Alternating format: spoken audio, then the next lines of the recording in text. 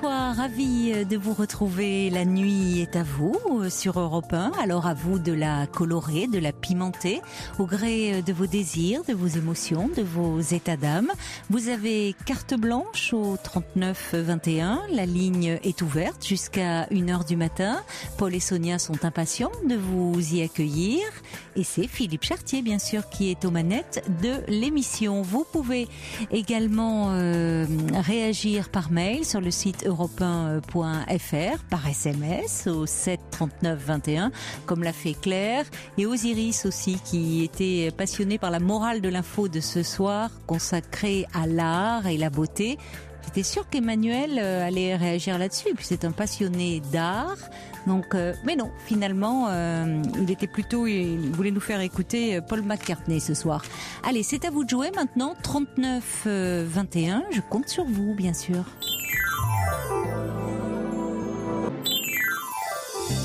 Caroline Dublanche sur Europe 1. Bonsoir Gilles. Bonsoir Caroline, merci de prendre mon appel. Comment allez-vous ? Ça va bien, merci. Et vous ? Écoutez, ça va. Voilà, je cherchais à vous joindre pour vous partager un questionnement que j'avais par rapport à mon histoire personnelle. Oui.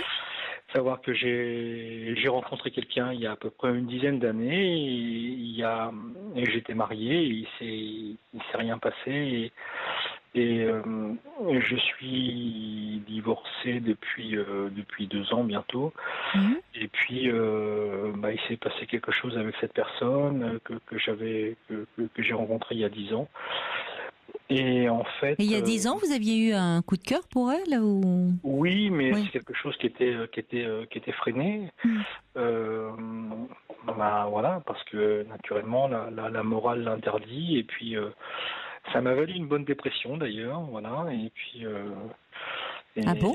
Il y a 10 ans de passer à côté ? Il y a à peu près 5 ans. D'accord, vous pensiez à elle ? Oui, c'était c'était quelque chose de très fort et donc voilà. Et vous étiez perdu de vue alors ou elle était toujours plus ou moins dans votre vie ? Non, parce qu'en fait il y avait un rapport de professeur à élève. J'ai enseigné la musique pendant 30 ans et puis là maintenant j'ai d'autres missions, mais oui. et donc c'est une de vos élèves. Et c'était une de mes élèves et voilà et donc et donc là finalement vos rêves se sont réalisés, vous êtes ensemble ? Alors oui, on est ensemble depuis 1 an et demi, 2 ans et le souci c'est que pour moi ma vision de la vie, ma vision du couple, ma vision de la manière de me projeter dans la vie, ça correspond pas du tout à ses priorités et c'est très violent pour moi en fait. Et c'est pas quelque chose que je peux lui reprocher parce que je suis aujourd'hui ce que je suis aujourd'hui, c'est d'où je viens aussi et pareil pour elle. Donc il y a un décalage entre vous deux. Voilà, et donc je peux pas lui jeter la pierre. Mais elle est plus jeune donc que vous. Elle est plus âgée que moi. Ah tiens, voyez les préjugés qu'on a. Je pensais rapport professeur à élève, je l'imaginais forcément plus jeune, mais et voyez, pas forcément. Alors je ne sais pas ce que je cherche ou ce que je ne cherche pas, mais bon, bref, tout ça pour vous dire que. En quoi ça diffère ? Ça diffère vraiment radicalement, sa vision de la vie du couple, diffère à ce point de la vôtre, au point de vous faire douter ? Oui, tout à fait. Qu'est-ce qui se passe ? Alors, ce qui se passe, c'est quelqu'un qui est d'origine scandinave, donc c'est quelqu'un qui n'exprime pas ou peu, et qui malgré tout a fait beaucoup de progrès parce que moi j'ai des origines du nord de la France mais aussi d'Afrique du Nord, donc j'ai un côté un peu extraverti, un peu où j'exprime les choses et elle c'est un peu l'inverse. On avance, on a bien avancé sur ce sujet-là, toujours est-il que sur le fait de se projeter, elle en est purement incapable. Et c'est quelqu'un qui a quand même pas mal souffert et qui s'est débrouillée par elle-même très tôt. Aujourd'hui, en fait, quelqu'un qui est séparé, qui a 3 enfants, et en fait, elle donne priorité à la relation qu'elle a dû reconstruire avec ses enfants, chose qui n'a pas été facile, parce que c'est elle qui est partie. Elle n'est pas partie pour moi, elle est partie parce que son histoire de vie était comme ça, et son histoire d'amour avec son conjoint a pris fin. Et ses enfants, quel âge ? Alors ils ont approximativement, mais je ne vais pas me tromper de beaucoup, ils ont 16, 20 et 23, quelque chose comme ça. Bon. Voilà, quelqu'un qui est bientôt lancé dans la vie professionnelle, quelqu'un, un deuxième enfant, une fille qui est en train qui est dans ses études supérieures, et quelqu'un qui rentre en première l'année prochaine, la dernière. Oui, c'est des enfants qui sont déjà grands, indépendants, enfin, mais quelqu'un, plus ou moins. Des enfants qu'elle veut accompagner et dont elle veut soigner la relation qu'elle a eu peur de casser à un moment donné lorsqu'elle a rompu avec son ex-conjoint. Et quelque chose que je peux comprendre, sauf que je ne parle pas de moi, je dirais on n'a pas de place là-dedans, c'est-à-dire que elle les a par alternance de 15 jours, et on arrive à avoir une vie, on arrive à vivre un quotidien en alternance avec ses enfants de 15 jours, et c'est quelque chose qui est extrêmement compartimenté. Et c'est-à-dire quand elle a ses enfants, vous ne la voyez pas ? Non. Non. Elle est à sa demande, elle. Oui, tout à fait. Alors on se voit parce que elle fait de la musique aussi. Je ne veux pas monopoliser l'antenne pour tout vous raconter, mais on se ça voit. Va encore. Je vous remercie. Pour une répétition, parce qu'on a monté un trio vocal qui marche pas mal et tout ça. Mais c'est se voir pour se voir, nous, pour avancer dans la relation pendant 15 jours, non, c'est non. Et pendant ces 15 jours-là, est-ce que vous pouvez quand même... Vous ne pouvez pas même la voir, je sais pas, 1 heure, ou l'amener dîner, ou aller faire... Alors, c'est des choses parce que... Bon, sans être avec elle au quotidien, mais... Oui, mais c'est des choses qui, moi, ne me nourrissent pas, en fait. Ça me paraît on ne peut plus superflu et on ne peut plus inconstant, on va dire que... Voilà, pourtant, je la connais, je la sais indépendante, et elle a besoin de liberté et d'indépendance. Quand on se voit pendant cette quinzaine où nous sommes tous les deux, elle a des dîners avec des amis, elle a des choses, et il n'y a pas de souci, ça me pose pas de souci. Maintenant, se voir 1 heure parce que c'est la quinzaine où il y a ses enfants, ça ne me...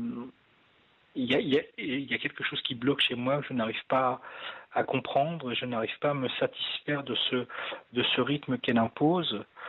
Voilà, mais je pense que c'est étroitement lié à la culture du couple que l'on m'a inculqué, et d'où je suis issu.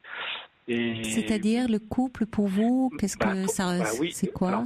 Alors pour moi, avec mon ex-compagne, même s'il y a eu des hauts et des bas, même si ça a fini par une séparation, il y avait un aspect extrêmement... Enfin, il y avait une solidarité où on était un peu à la vie et à la mort. On avait un appétit de l'autre par rapport à tout l'environnement, à ce qui pouvait exister, des agressions de la vie ou des choses comme ça. On savait qu'on pouvait compter sur l'autre. Et aujourd'hui, là, elle sait qu'elle peut compter sur moi. L'inverse n'est pas vrai, en fait. Voilà. Mais après tout, il est peut-être trop tôt pour le dire.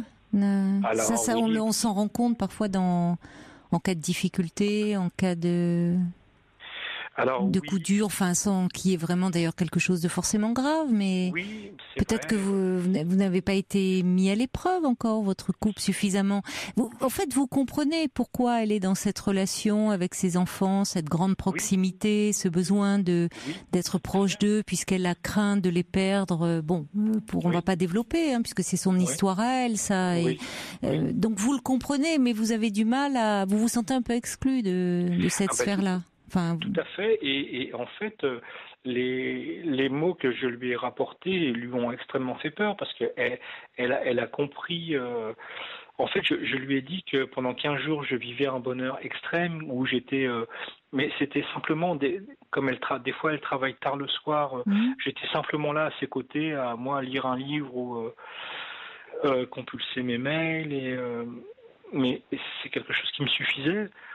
Et, oui, vous aimez être en sa présence, vous aimez sa compagnie. Voilà, Caroline, en fait, c'est ma culture du couple, ça. Ça, c'est ma culture du couple. Mais c'est la sienne aussi, non? Peut-être. Je ne crois pas. Honnêtement, je ne crois pas. En fait, pour faire vite, encore une fois, elle a perdu son papa, elle avait 10 ans. Elle a une sœur aînée qui on va dire, qui a un léger retard mental, qui travaille en CAT aujourd'hui. Oui. Et donc, une maman qui était dépressive suite au décès de son papa, elle a dû assumer beaucoup de choses toute seule. Elle a eu une vie difficile et c'est une battante. C'est quelqu'un qui travaille énormément. Elle a 54 ans aujourd'hui et elle a arrêté de travailler pendant un certain nombre d'années pour élever ses enfants. Elle a repris le travail et elle a vécu un licenciement qui était douloureux. Elle s'est reconvertie et elle travaille énormément. C'est quelqu'un qui, quand elle était jeune, avec l'histoire que je viens de vous raconter, elle est partie dans son pays d'origine, dans les pays scandinaves. Après, elle a fait un MBA aux États-Unis pendant 4 ans. Tout ça, et elle a travaillé là-bas pour payer ses études. Enfin voilà, c'est quelqu'un. Oui, elle est très volontaire. Très volontaire et pris d'une liberté, d'une indépendance de fait qu'elle a construit. Enfin, elle n'a pas eu le choix au départ. Voilà, elle était finalement très seule dans ce père qu'elle perd très tôt, sa mère dont il fallait s'occuper parce qu'elle était mal, et puis sa sœur. Ce qui ne veut pas dire, vous savez, derrière les êtres comme ça épris d'indépendance se cache parfois l'excès inverse au fond, hein. Et on se protège, on peut se protéger d'un désir de partage, de dépendance, presque de fusion par une grande indépendance. Enfin, vous voyez, il y a toujours, quand on est comme ça il faut c'est pas parce qu'elle s'est beaucoup construite par elle-même et qu'elle est très volontaire et, comme vous dites, battante. Derrière ça cache certainement quand même beaucoup de fragilité et certainement qu'elle aimerait pouvoir, elle aussi, être dans le partage et pouvoir s'appuyer sur quelqu'un et compter aussi sur quelqu'un. Ce qu'elle n'a pas eu la possibilité peut-être de faire jusqu'à présent dans sa vie, enfin, ou peut-être, j'espère pour elle, avec le père de ses enfants ou avec. C'est ce qu'elle a fait avec le père de ses enfants, c'est ce qu'elle a cherché. Elle m'a dit clairement, j'ai trouvé quelqu'un qui s'occupait de tout, qui gérait tout, et c'était très bien. Et quand elle est partie, c'est quelque chose qui se fait dans la douleur pour elle, et c'était vraiment un drame, un échec. Et c'est récent là, la séparation la sienne est plus ancienne que la mienne. D'accord. En tout cas. Et voilà, mais comme on se voit. Pourquoi vous ne lui laisseriez pas un peu, enfin, parce que vous, en même temps, cette femme, vous y tenez beaucoup. Ah mon Dieu. Vu comment vous en parlez, donc ça serait dommage. Je comprends vos doutes. J'essaie de. Mais qu'envisagez-vous de faire? Parce que vous éloignez au prétexte que vous n'avez pas la même vision du couple, je ne dis pas que votre analyse n'est pas bonne, hein, mais j'ai pas de solution toute faite. Hein. On peut évoluer, elle peut évoluer peut-être. Enfin. Elle essaye, parce que c'est des discussions qu'on a aussi. Voilà, il faut savoir que quand vous parliez des différents aspects de sa personnalité, elle a un aspect chez elle qui est on ne peut plus touchant, où je retrouve dans ses yeux la petite enfant qui a perdu son papa et qui est fragile, et là elle est on ne peut plus touchante et émouvante. Mais il y a cette part d'elle, enfin, c'est-à-dire qu'elle a compensé elle a dû très tôt apprendre à se prendre en charge et à prendre en charge certainement entre sa maman qui était dépressive, sa sœur, bon. Mais ce qui ne veut pas dire qu'elle n'a pas un besoin derrière ça d'être aussi, comment dire, qu'on s'occupe d'elle, qu'on prenne soin d'elle. Mais Caroline, j'arrive pas à trouver ma place là-dedans. Je n'arrive pas à trouver ma place. C'est ça qui me pose souci. C'est que moi qui suis volubile, presque exubérant et non, mais ça c'est différent. Oui. Alors oui, mais c'est pour ça, je n'arrive pas à trouver ma place. Mais ça, c'est un autre niveau de lecture. C'est-à-dire que vous avez des personnalités très différentes, oui. Oui, c'est ça, ça pose souci. Mais c'est-à-dire, qu'est-ce qui vous... Mais ça peut être complémentaire. Qu'est-ce qui vous manque? C'est-à-dire qu'elle n'est pas assez démonstrative, elle, qu'elle exprime pas assez ce qu'elle ressent pour vous? Ce qui passe, c'est que pendant cette quinzaine, on n'existe plus, quoi. On n'existe plus, même si elle me dit mais non, t'es toujours avec moi. Alors, il y a peut-être une coupure trop grande, c'est ça que j'essayais de comprendre. Oui, c'est vrai que si, je comprends ce côté-ci, pendant 15 jours, bon, vous pouvez vous voir, partager plein de choses ensemble, et que pendant 15 jours, il y a ce côté rupture presque un peu radicale. Oui. Je comprends que ça soit difficile à vivre pour vous, mais il y a peut-être des aménagements. Vous, si elle tient à vous visiblement, donc il y a peut-être des aménagements à trouver pour que ça soit quand même jouable pour vous et pour elle. Bon, on va continuer à se parler après 23h. On aura peut-être d'ailleurs des réactions d'auditeurs ou d'auditrices au 39-21. Je suis prêt à partager avec vous. J'entends ça. À tout de suite alors, Gilles, ne raccrochez pas.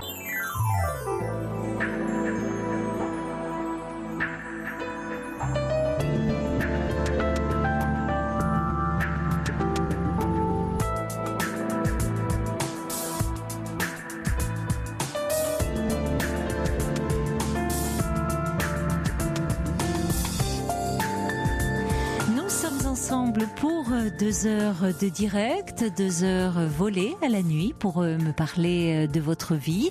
Et le 39-21 est le numéro que je vous invite à composer si vous voulez intervenir à l'antenne.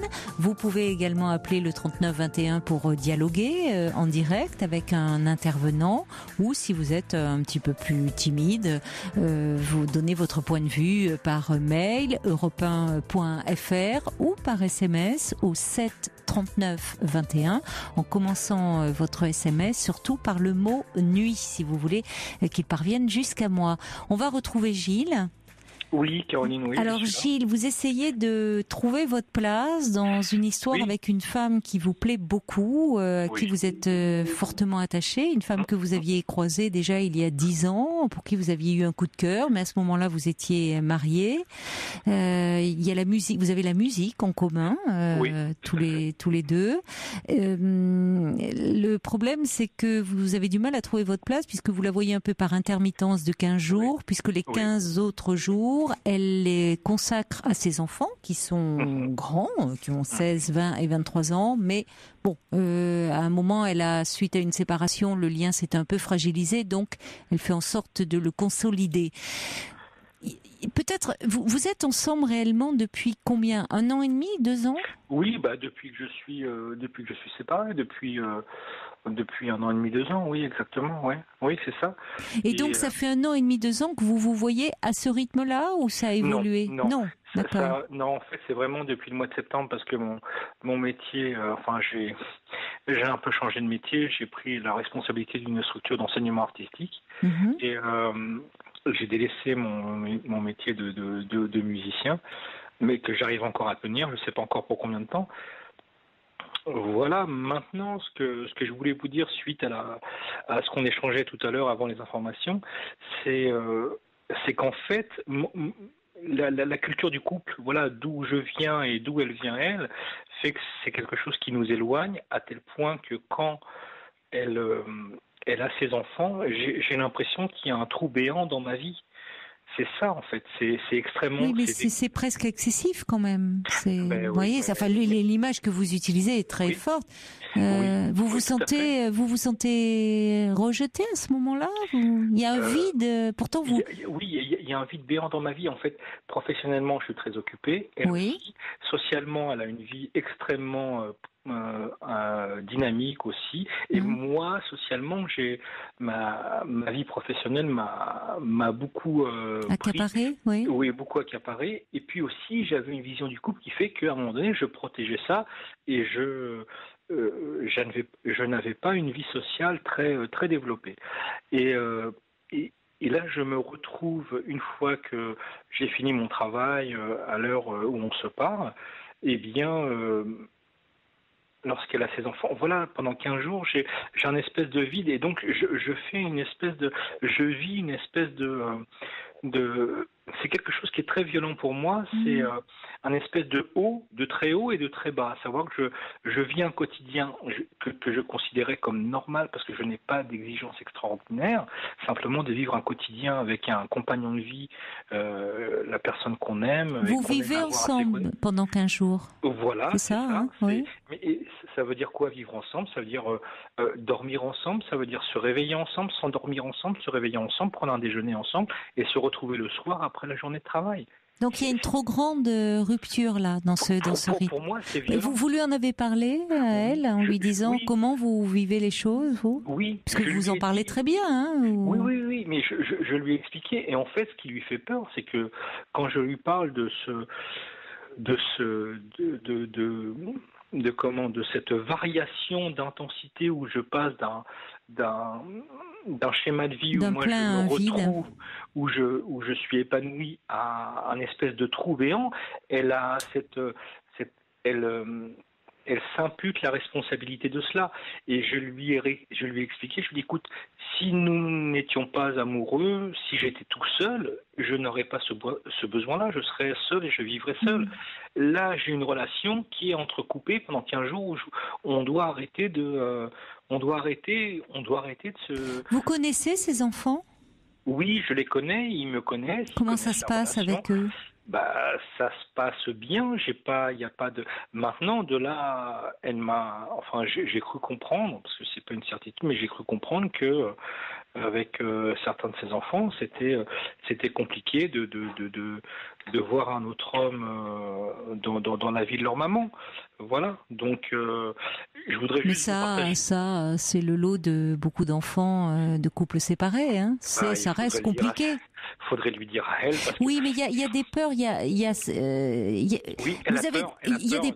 des peurs et il y a de l'abandon là qui rôde dans vos histoires respectives, puisque vous, dans votre vision du couple, il y a quand même quelque chose qui est un peu fusionnel et qui, même en ayant une vie professionnelle qui vous très investie, hein, qui vous accapare beaucoup, malgré tout, il y a tout d'un coup, vous parlez d'un trou béant. Hein, il y a quelque chose. Et vous la renvoyez elle à ça, où elle aussi, ça doit lui faire très peur compte tenu de cette histoire, l'abandon et le.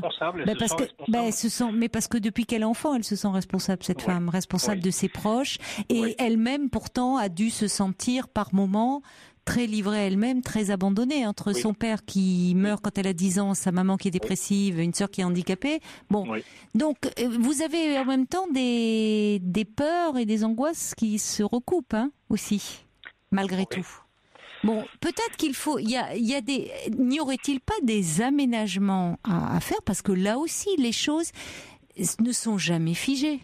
Les enfants, déjà, c'est pas comme si vous aviez, ils seraient petits, hein, ça serait de jeunes enfants. Vous pourriez vous dire, oh là là, comment on va s'organiser comme ça? Ce sont quand même des enfants dont un a quasiment pris son indépendance.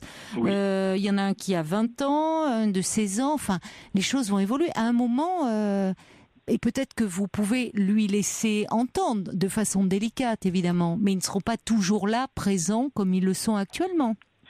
Vous pouvez aussi compter là-dessus, vous. Oui, mais c'est ce qu'elle m'a renvoyé. Sauf que je suis gourmand et... Alors, c'est ça. Après, oui, mais c'est pas de la gourmandise. C'est presque une avidité. Il y a un besoin de... c'est comme si, pendant ces 15 jours, vous étiez très démunis, très seul, livré à vous-même, abandonné. Alors, peut-être c'est ça que j'essaye de voir. Est-ce que vous arrivez, en dehors de la musique que vous partagez, où elle vient quand même à... Est-ce que vous vous voyez? Est-ce qu'il y a quand même des moments qu'elle vous accorde ou pas du tout? Elle est prête à cela, mais ça ne m'intéresse pas, moi. Oui, mais là, vous êtes trop radical, je trouve. Vous êtes trop radical. C'est tout ou rien avec vous, là, un peu. Je suis excessif. Vous êtes un peu excessif.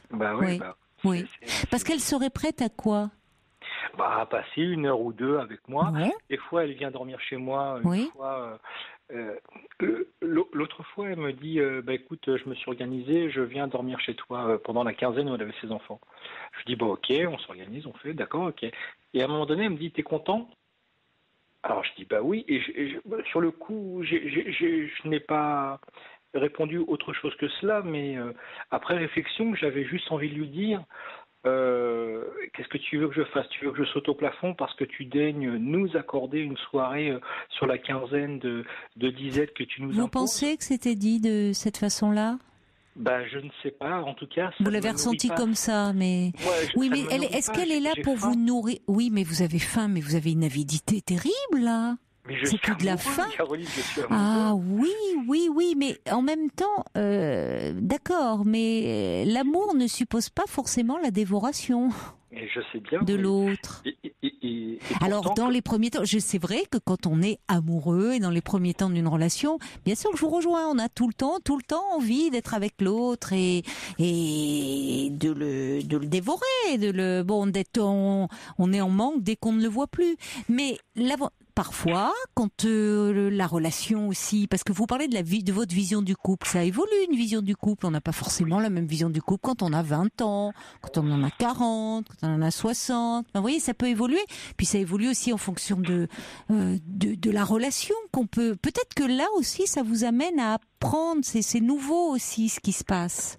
Ça vous interpelle. C'est peut-être que après tout, il y a peut-être des choses aussi qui peuvent vous aider un peu à, je sais pas, à être moins gourmand, peut-être moins avide, et à accepter un peu qu'il y ait dans du couple, et y compris dans l'amour, aussi de l'indépendance. Même si j'entends qu'il y a quelque chose qui peut vous paraître trop radical, mais vous voyez bien qu'il peut y avoir des aménagements et que, au fil du temps, elle-même pourrait y prendre beaucoup de plaisir, parce qu'au fond, si elle vient vous rejoindre, c'est bien parce que ça lui fait plaisir aussi. Elle se sacrifie pas en venant vous rejoindre. Hein. Oui, tout à fait. Oui, bon. Donc, il faut voir aussi les choses comme ça. Mais en revanche, plus elle va vous sentir comme ça, où on sent que vous étiez un peu blessé quand elle vous dit tu es content. Alors peut-être, je sais pas, vous l'avez, c'était mal, elle mal dit, un peu maladroit, et vous l'avez vu comme si elle vous faisait l'aumône de sa présence. Mais il ne s'agissait sans doute pas de ça, parce que personne ne l'oblige, et c'est qu'elle se sent bien avec vous, et c'est qu'au fond, elle a envie d'échapper comme ça, d'avoir des échappées belles avec vous. Maintenant, les choses peuvent s'installer, mais il faut le laisser aussi le temps, parce que derrière, vous savez, derrière ce besoin de grande indépendance, c'est ce que dit Antonia, c'est ce que j'essaie de vous dire aussi, une farouche indépendance, ça cache aussi parfois une peur au fond de l'engagement, une peur de l'abandon, une certaine fragilité. Il faut en tenir compte. Vous avez vos attentes, vos propres peurs, vos propres angoisses, elle a les siennes, et le couple c'est quand même un accommodement aussi. Vous avez du vécu aussi, c'est ça que je veux dire. Vous avez du vécu l'un et l'autre. Je vous disais, oui, on est très différents d'où on vient. Bon, mais c'est intéressant la différence aussi à ce niveau-là. Je muse de cela en fait, et aussi une chose, bon, encore une fois, je ne veux pas mobiliser l'antenne, mais une chose dont je vous ai pas parlé, qui moi m'angoisse ou me questionne, c'est qu'elle ne se projette pas, ou quand elle se projette toute seule, quoi. Elle a peut-être peur. Allez-y, est-ce que vous pouvez y aller un peu doucement? C'est-à-dire que j'ai envie de freiner vos ardeurs, ça va être compliqué.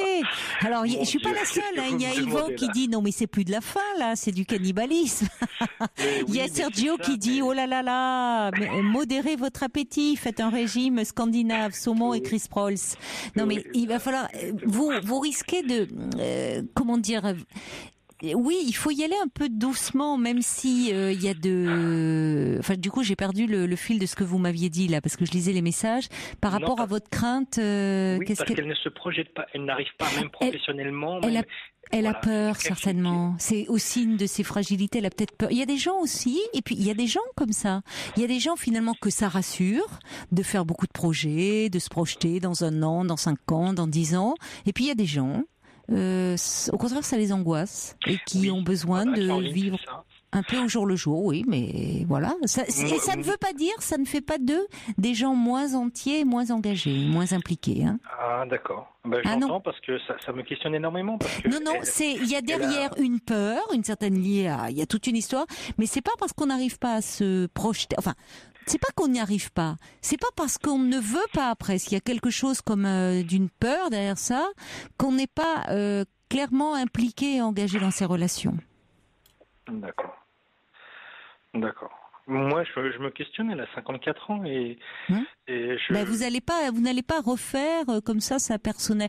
Il y a aussi quelque chose qui vous plaît. N'oubliez pas. Vous savez, souvent, quand on aime, c'est ça le problème. On aime quelqu'un aussi, et peut-être au fond, si vous, réfléchissez bien, vous l'aimez aussi pour son indépendance, cette femme. Il y a quelque chose. C'est ce qu'elle m'a dit, mais ça me fait rire parce que c'est ce qu'elle m'a dit. Ben oui.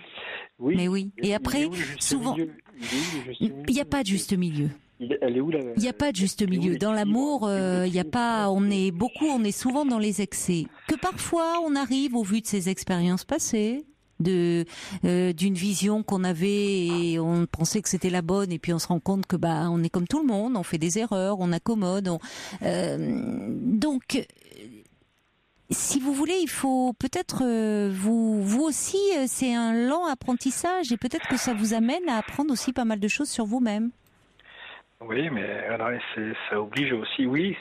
Parce que vous l'avez aimé. Il y a aussi dans ce côté comme ça de cette personnalité, une certaine force, une indépendance qui traduit une certaine force. Aussi chez elle. Il y a quelque chose qui vous a plu. Mais oui, il y a quelque chose aussi que vous admirez dans son parcours. Et en même temps, vous voudriez, après la bascule de cette personnalité-là, presque basculer dans une espèce de fusion dont vous avez terriblement envie. Mais est-ce qu'elle vous plairait à ce moment-là ? Enfin, vous voyez, on est toujours très ambivalent par rapport à ça. Je n'ai pas de réponse par rapport à ça, mais j'aime cette indépendance et j'aime ce regard où je retrouve la petite enfant fragile. Oui, mais elle n'est pas que ça. Elle n'est pas que ça. Elle n'est pas que ça. Donc, vous le sentez là, mais il ne faut pas forcément appuyer dessus. C'est-à-dire qu'il y a des moments où elle peut, comme ça, s'abandonner parce qu'elle est en confiance.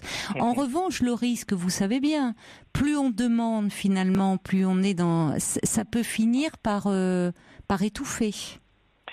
Je sais, avec l'appétit que j'ai, oui. Oui. L'appétit d'un barracuda, là. Il faut un peu calmer. Je pense qu'il faut un peu le calmer. D'autant plus. Vous avez des enfants, vous ? Oui, je suis séparé, comme je vous disais. Donc, j'ai 2 enfants, oui. Qui sont grands ? Et qui ont 14 et bientôt 17 ans. Et vous les voyez, vous, à quel rythme ? Je vois un week-end sur 2, la moitié des vacances scolaires. Bon. Franchement, ces enfants, ils seraient tout petits. Bon, je comprends qu'il y aurait des aménagements. Il y en a un de 16 ans, mais enfin, la relation va évoluer. Votre relation va évoluer. Et combien de temps faut attendre encore ? Elle a 54 ans. Combien d'années on a passé ensemble ? Oh là là, si vous partez comme ça, c'est flippant. Je sais pas, moi. J'espère le plus longtemps possible. Mais voilà, c'est flippant. Vous voulez tout de suite ? Ben oui, je suis gourmand. Oui, mais trop. Là, vous aussi, vous êtes dans l'excès. D'accord. Vous êtes en être gourmand, vous pouvez en devenir dévorant. D'accord. Et trop. Oui. Et là, franchement, ça peut mettre votre. Parce que c'est le paradoxe. Vous êtes gourmand d'une femme très indépendante. Et souvent, c'est ça. On s'aperçoit souvent de ça en amour. On aime finalement aussi l'autre pour ce qu'on n'a pas. On s'en rend compte soi, au fond. Pour des aspects peut-être pour ce qu'on lui envie parfois, pour des aspects de sa personnalité, on le découvre au fil du temps. Vous, on sent que vous êtes dans une quête de fusion. Et peut-être qu'au fond, dans cette rencontre où vous êtes si différents, ça peut vous amener, elle, à évoluer, et vous aussi. Et vous allez vous retrouver à ce moment-là. En faisant un pas chacun, mais pas en voulant tout transformer à votre rythme, en façonnant tout à votre rythme. Parce que de 2 choses l'une, soit vous pouvez vous dire et prendre le temps, et c'est pas une question d'âge, parce que 54 ans, ça va, elle a le temps, quoi. Enfin, vous voyez, il y a les choses peuvent, elle va pas, ses enfants, ils vont pas vivre pendant 20 ans avec elle. Donc les choses vont évoluer. Donnez-vous le temps, ou alors vraiment pour vous c'est insupportable et vous allez décider d'arrêter la relation. Mais en même temps, de toute façon, vous allez souffrir puisque cette femme vous y tenez. Donc j'ai l'impression de l'avoir beaucoup attendue en fait. C'est ça en fait. J'ai envie de. Ah oui, mais ça, elle n'est pas responsable de cette histoire de 10 ans plus tôt. Vous l'avez croisée. Vous voyez, vous étiez mariés. Rattraper le temps perdu, ça n'a pas de sens. Non. D'accord. Je vais vous lire des messages. Il y a Alors, il y a quelqu'un, c'est René, qui dit on vous sent très inquiet. Attention de ne pas trop mettre cette inquiétude-là dans votre relation. Marthe qui dit, vous savez, le manque de l'autre aussi et cette liberté de chacun sont souvent les meilleurs atouts pour un couple. Il y a Florence qui dit oh là là, attention, si vous risquez de l'étouffer, il faut aussi la laisser respirer, laisser un peu respirer votre histoire. Fleur de Sel qui dit on sent qu'il y a une fragilité chez tous les deux, mais qui peut aussi vous rapprocher. Oui. Il y a quelqu'un qui dit allez-y plus doucement, Gilles, vous allez l'étouffer, vivez votre vie pendant les moments où vous êtes seul, elle sera rassurée. Plus vous allez être en demande, plus elle risque elle de se braquer. Et puis il y a quelqu'un qui dit qui comprend, qui dit que vous avez peut-être un sentiment d'inutilité, que vous auriez-vous besoin d'une relation plus constante, plus fusionnelle, mais que vous avez affaire à quelqu'un qui se protège aussi, peut-être par son indépendance. Donc soit vous essayez de construire délicatement et patiemment, soit vous vous dites que c'est pas pour vous. Mais je vous dis, parfois là où il y a des difficultés, ça peut être intéressant aussi, parce que c'est là où ça nous amène à avancer et à grandir aussi. On n'est pas toujours obligé d'avoir le même type de relation amoureuse. Oui, c'est clair, mais j'ai bien conscience de ce que j'ai construit pendant un certain nombre d'années avec mon ex-compagne et je sors de ça et je pense qu'inconsciemment j'essaye de reproduire ce schéma dans lequel j'ai évolué tant bien que mal pendant des années, mais c'est les seuls outils, les seules armes que j'ai à disposition. Non, parce que vous pouvez en inventer d'autres. On n'est pas obligé de. Je suis d'accord avec vous. J'entends. Vous avez. C'est aussi là où il y a quelque chose qui est évidemment plus fragilisant parce que c'est l'inconnu. Mais c'est ce qui est intéressant. Et c'est peut-être aussi une des raisons qui font inconsciemment que cette femme vous a tellement attiré. Y compris, ne l'oubliez pas, quand vous étiez en couple. Dans une image de couple qui, à ce moment-là, vous convenait. Elle vous attirait follement. Oui. Donc, vous voyez, il y a quand même quelque chose qui vous titille sacrément, là. Et c'est intéressant.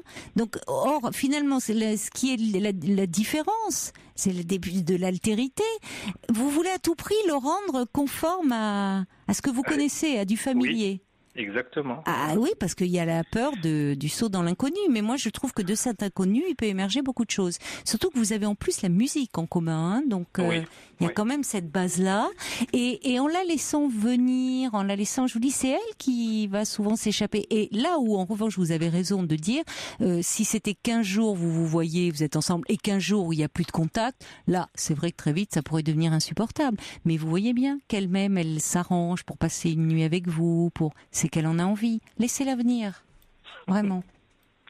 Bon, très bien. Écoutez, je vous remercie beaucoup. Il y a quelqu'un qui dit surtout, donnez-lui envie de vous rejoindre de plus en plus. Ne demandez pas trop. Il y a quelqu'un qui dit inversez la relation, attendez, vous verrez. Et puis il y a Marilyn qui dit Paris ne s'est pas fait en un jour. Et Nanou dit laissez-lui du temps si vous l'aimez, sinon vous allez la faire fuir. Beaucoup de réactions de femmes qui vous disent on se calme, pianissimo, d'accord? On y va tranquillement, Gilles. Écoutez, c'est noté, je vous remercie beaucoup. C'est moi qui vous remercie. Vous envoyer un CD parce qu'on a fait un CD quand même. Avec plaisir. Attendez, mais même j'ai oublié le message de Sergio qui dès le début a dit dites donc, vous êtes musicien, donc vous pourriez nous jouer un air le jour de la fête de la musique le 21 juin. Mais écoutez, je m'arrange pour ça vous sera envoyer encore mieux. un CD. Non, parce que nous on ne peut pas. Si vous voulez, la programmation musicale, ça ne dépend pas de nous, c'est indépendant de l'émission. Donc c'est programmé par des personnes qui s'occupent de ça, donc c'est le métier ici. Et on ne peut pas passer je reçois beaucoup comme ça de CD, mais malheureusement je ne peux pas passer les morceaux parce que c'est pas nous qui décidons avec Fifi. Oui, donc en revanche, je vous dis en passant, mais si le soir du 21 juin, peut-être que vous allez jouer, vous, évidemment, le soir de la fête de la musique, on serait ravis de vous accueillir et de nous passer, à ce moment-là, même de nous passer un morceau à l'antenne, on serait ravis. Si ça vient de vous, d'accord? Alors, mais comme on verra. Je vous ai dit, je suis directeur d'une structure d'enseignement artistique et je vais devoir évidemment. organiser des événements. Ça va être une soirée très importante. Un autre soir. Mais avec grand plaisir. un autre soir, on sera ravis de vous accueillir, mon cher Gilles. D'accord ? Et juste un remerciement encore pour les personnes qui m'ont accueilli au Standard, qui sont vraiment très bienveillants. Voilà. Ah, c'est gentil. Merci pour eux, Sonia et Paul. Merci pour eux. Voilà. Au revoir, Gilles. Au revoir. Caroline Dublanche sur Europe 1.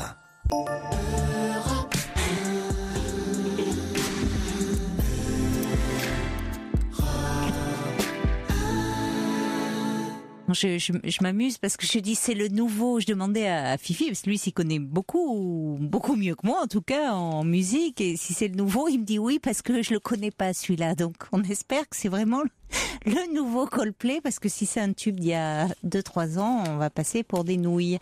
Allez, tiens, à propos de musique, Mimi, notre ami Mimi le boulanger me dit, vous savez que je me fais la voix pour le 21 juin, afin d'être au top. Ben, je ne savais pas que vous vouliez participer. Vous avez décidément tous les talents, mon cher Mimi. 21 juin, ça sera fête de la musique. Alors, on vous dit pas que pendant 2h30, vous allez donner de la voix sur Europe 1. Mais si vous avez envie de pousser la chansonnette, de nous jouer d'un instrument, l'antenne vous sera ouverte. On sera ravis de vous accueillir.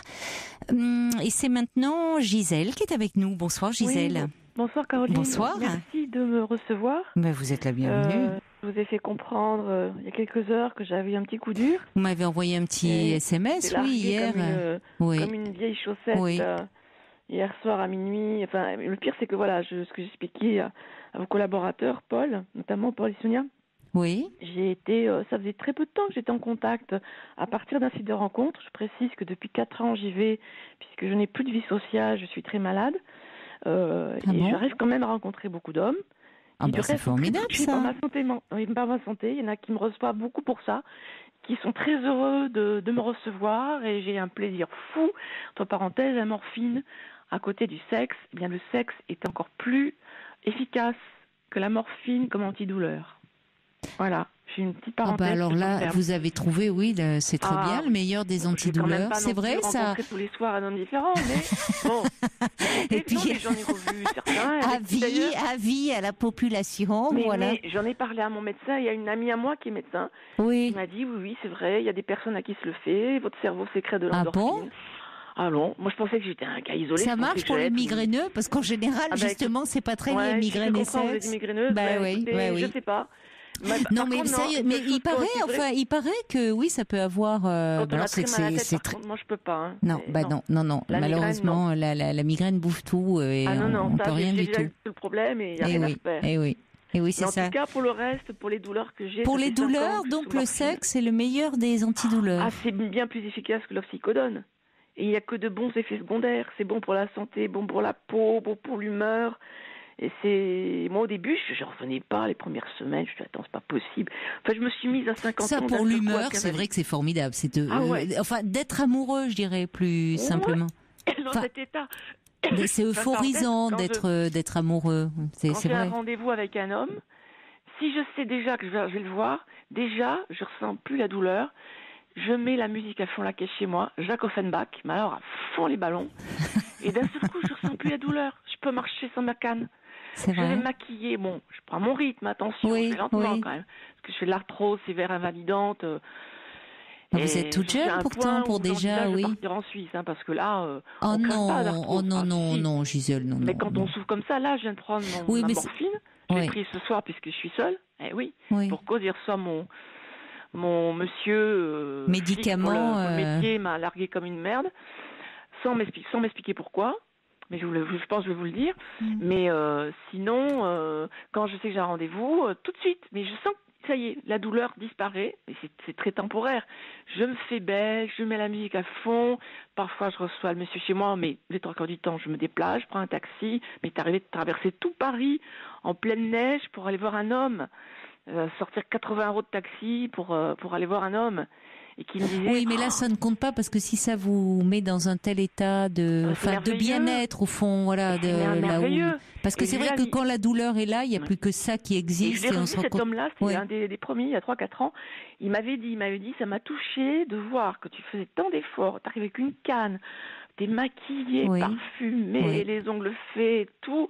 Ni moi, je connais des femmes qui sont à 1 kilomètre de chez moi, qui disent mais non, j'ai mal à la tête, ou non, j'ai pas le temps. Ah, ne parlez pas des femmes qui ont mal à la tête, mais hein, sinon on va pas être copines.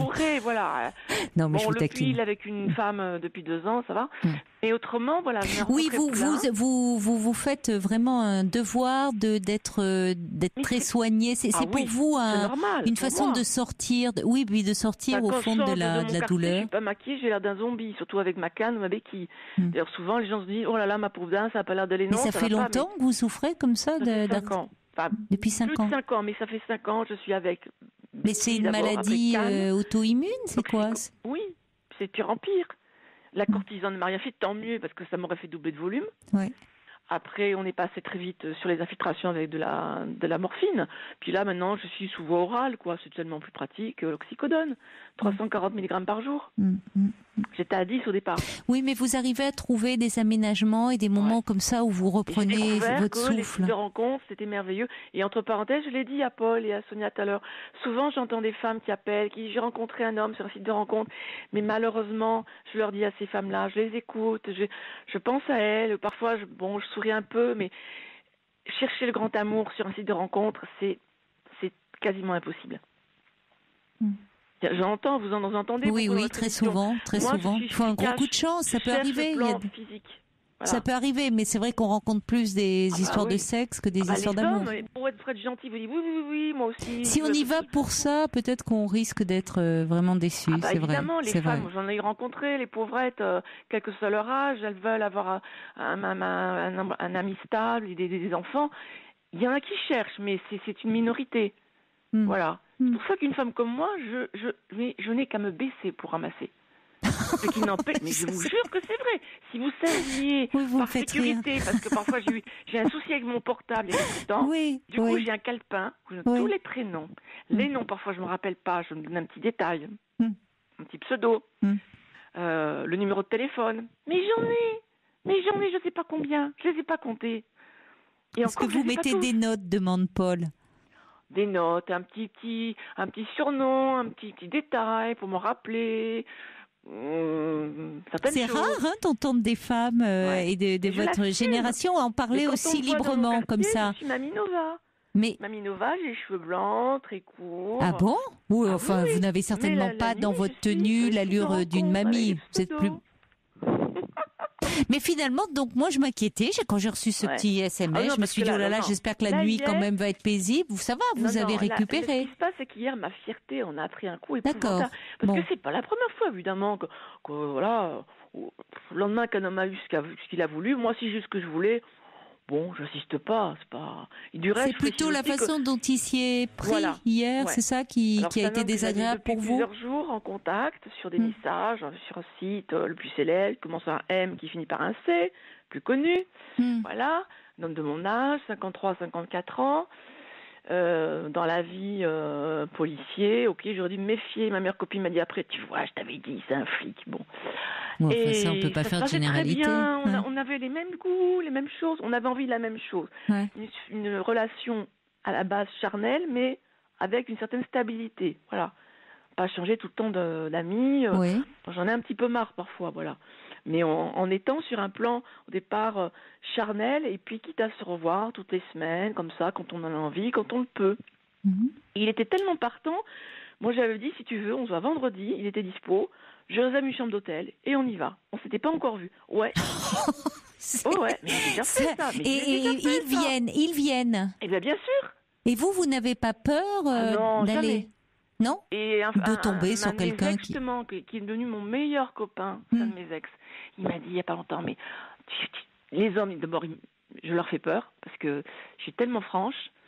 Ce qui ne m'empêche c'est pour ça que je vous pose la question parce que des photos de moi très olé. Ça peut faire un peu peur, rendez-vous mais même vous quand vous vous dites il y a le côté excitant de la rencontre, mais vous n'avez pas eu me parler au téléphone.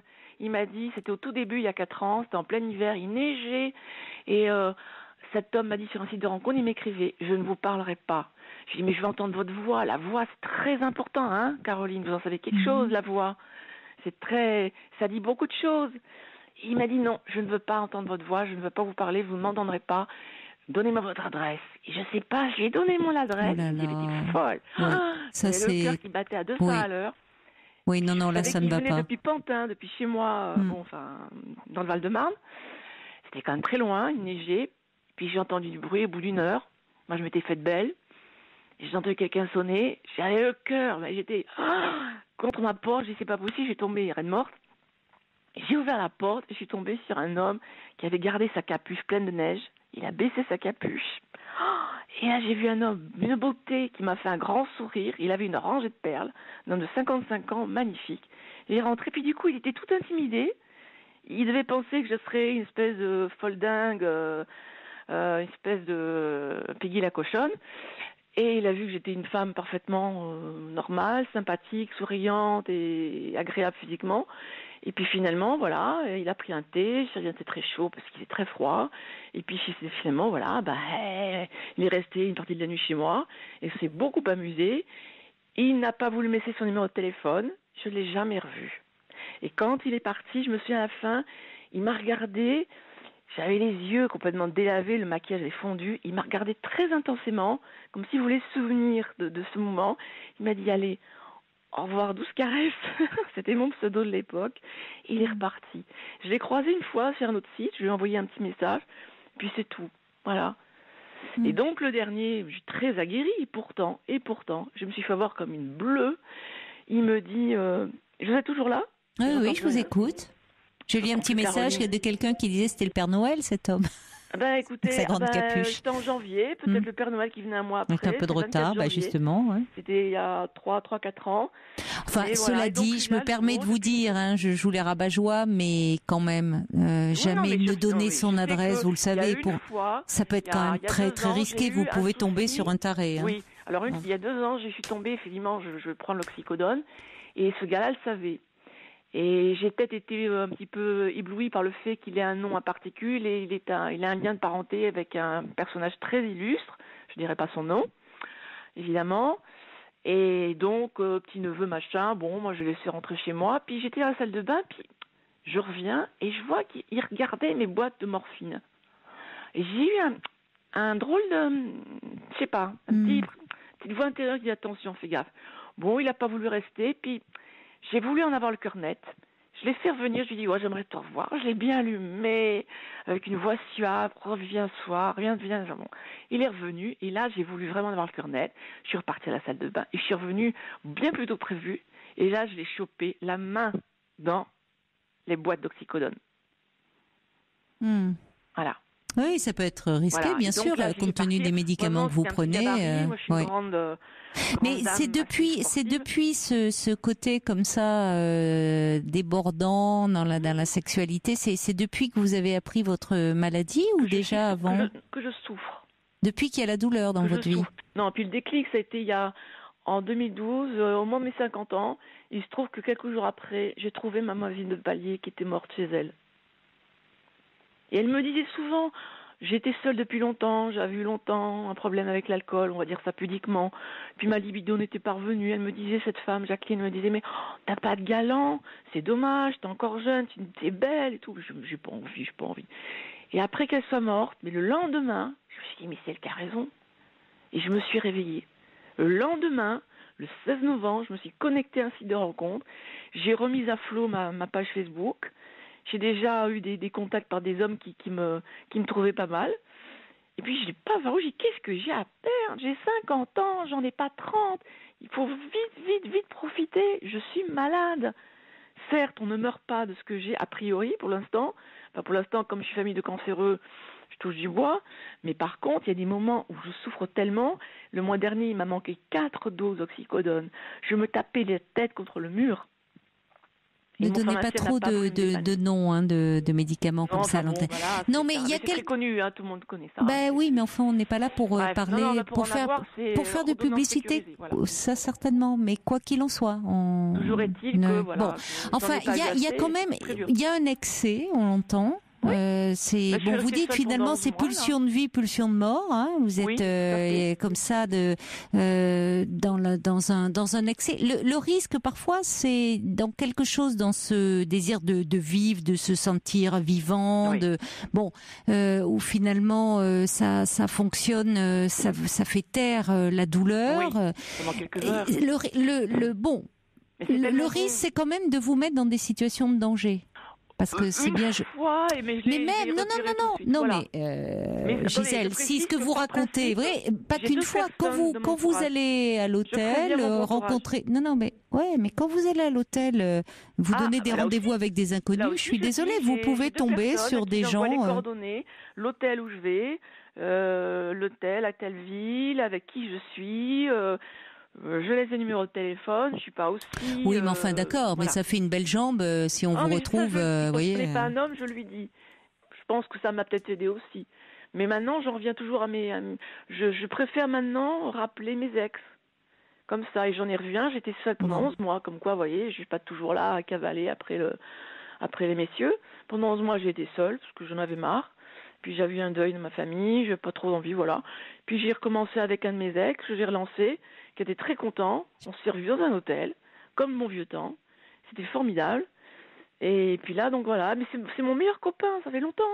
Bah Et on écoutez, se tient au là au courant. moins vous faites pas de mal, lui non Ah non, plus, non, et voilà, et vous il est prenez pas ravi. trop de risques parce qu'après Ah tout oui, oui, que il est vous ravi. ayez cet exutoire là et cette façon de vous sentir en vie très bien, le risque c'est quand même vous jouez quand même avec quelque Oui, chose mais de bon, dans on des- fait attention, on se préserve, on fait... Bah non, vous justement, c'est le déjà risque. vous comprenez ce que je veux dire, quoi. C'est le risque, c'est que On vous ne faites utilise pas ce qu'il faut attention. pour Bon. déjà de pas avoir de petits soucis de santé. On est quand même des gens, des hommes et des femmes de 50 ans, voilà. Non, mais pour celui d'hier, là, par Bon. contre, je suis arrivée sur un type qui m'a donné aucune explication et qui me parlait depuis une semaine et on en était à 200 SMS hier soir. Enfin, et des mails vraiment torrides. Bon. Il aimait ce que j'écrivais. Enfin bon, ce que j'écris des textes érotiques. Il adorait Parlez ça. quand même avec votre médecin un peu parce que les traitements que vous prenez peuvent aussi jouer quand même dans ces A un peu priori, cet ça excès. modifie la libido, mais en moins. Bah, j'ai l'impression, oui, beaucoup. En moins, alors qu'est-ce que ça serait?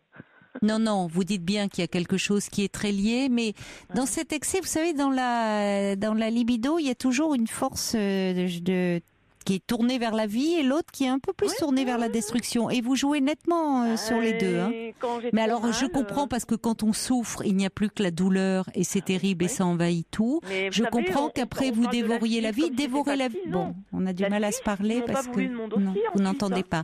Gisèle, Non. écoutez, c'était votre point de vue. L'important, c'est que bon, vous vous remettez de cette séparation. Là où, après Non, tout, c'est vous d'être faites ce que largué, vous quoi. voulez, Séparation, c'est pas mais ça. l'important, c'est de ne pas vous mettre quand même trop en danger dans ces situations, malgré tout. Non, je crois Bon. pas. Je crois pas, mais j'ai tout de suite écoutez. rebondi. Vous savez, le meilleur moyen de faire du cheval quand on tombe, c'est de remonter tout de suite à cheval. Quelle image, quelle Eh ben, image. j'ai tout de suite Bien. reconnecté. Bah ma écoutez, petite fille l'important sur un c'est site que de vous vous sentiez mieux et que ça aille mieux qu'hier soir en tout cas. Ouais. Bon courage alors pour merci. la suite. Au revoir Merci. Gisèle. Craig David, 7 Days. Pour dialoguer avec Caroline Dublanche, Envoyez le mot nuit, suivi de votre message au 7 39 21. 65 centimes plus coût d'un SMS.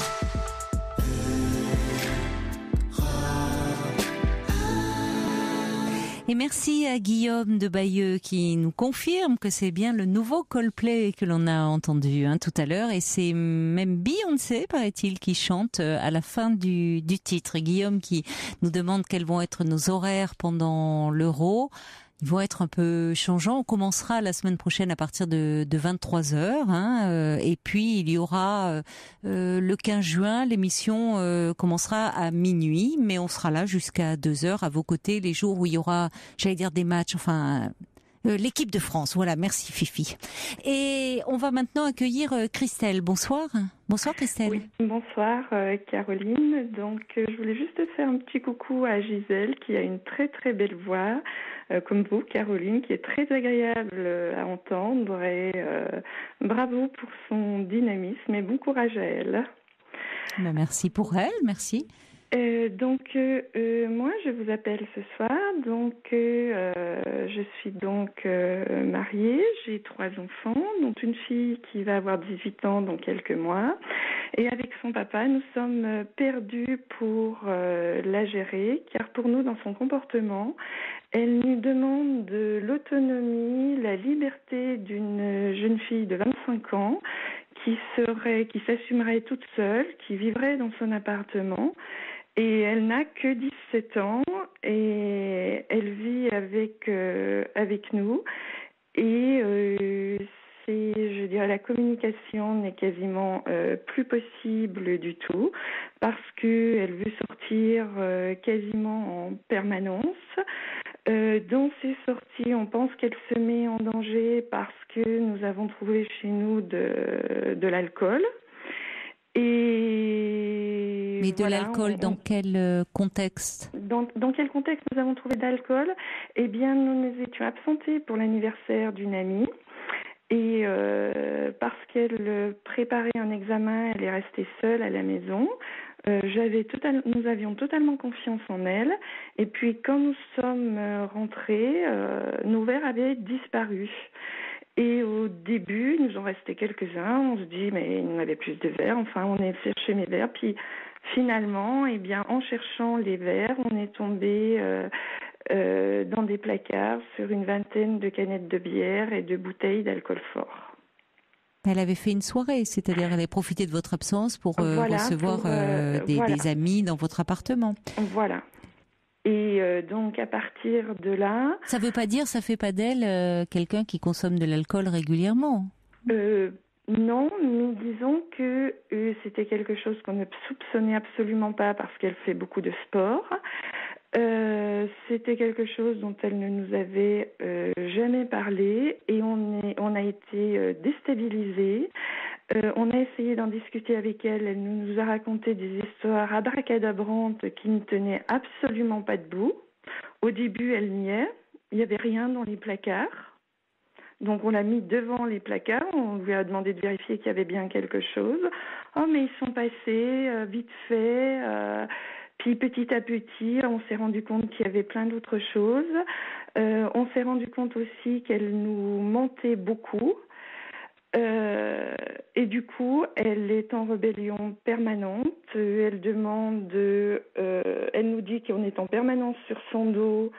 Alors, qu'est-ce que vous en pensez de ça ? Parce que elle va être par rapport à dans ce que vous décrivez, vous dites qu'elle ne vous en avait pas parlé de ça, de l'alcool, mais il est rare que les jeunes gens en parlent à leurs parents. Enfin, vous savez, l'adolescence, ça passe souvent par des moments comme ça où il peut y avoir des périodes où les jeunes s'alcoolisent en groupe et ponctuellement. Donc ça n'a rien à voir avec même si maintenant il y a la pratique du binge drinking qui fait qu'ils s'alcoolisent parfois massivement et certains se retrouvent aux urgences dans des comas éthyliques, ça c'est encore autre chose. Mais pour autant, vous voyez, c'est-à-dire que à un moment, visiblement dans ce que vous décrivez, elle en a profité pour recevoir des amis. Oui. Mais et c'est pas parce qu'elle fait par ailleurs, ça peut être une jeune fille très sportive et très bien, mais qui peut avoir lors d'une soirée, un peu bu des bières avec ses amis. Alors moi, les bières, c'est les alcools forts et le fait qu'elle ait vraiment voulu cacher parce qu'à la rigueur, elle nous aurait dit, ils sont passés, ils ont apporté de l'alcool.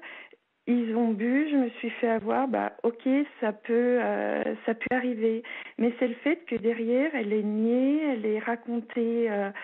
oui, mais parce que mise devant le fait accompli, elle sentait que ça n'allait pas passer. Donc oui, évidemment, déjà, elle n'avait pas l'autorisation, vous ne lui avez pas donné l'autorisation. Non, elle ne l'a pas demandé. Voilà. Mais est-ce que vous lui auriez donné l'autorisation de recevoir des amis ? Je suis pas capable je dirais peut-être, mais j'en suis pas sûre. Voilà. Je dirais qu'après coup, il est facile de dire. Non, mais vous êtes honnête. Voilà. Après, parce que c'est quand même une jeune fille de 17 ans.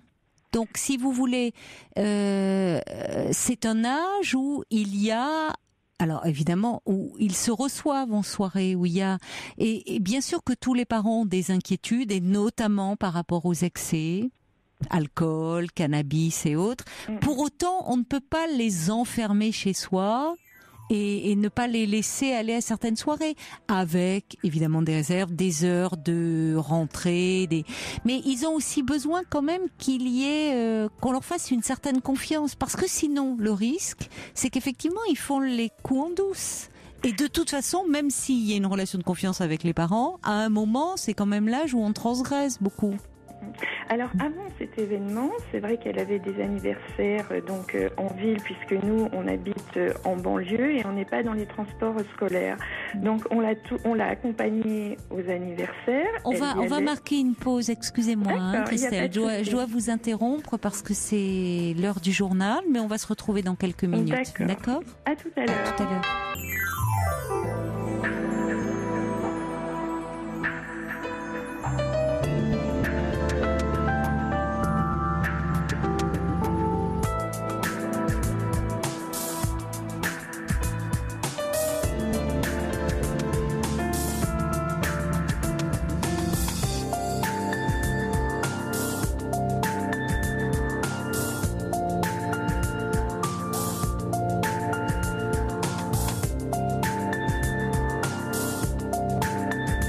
Nous sommes ensemble encore pendant une heure pendant laquelle vous allez pouvoir me parler de vous et de votre vie en toute quiétude en appelant le 39 21.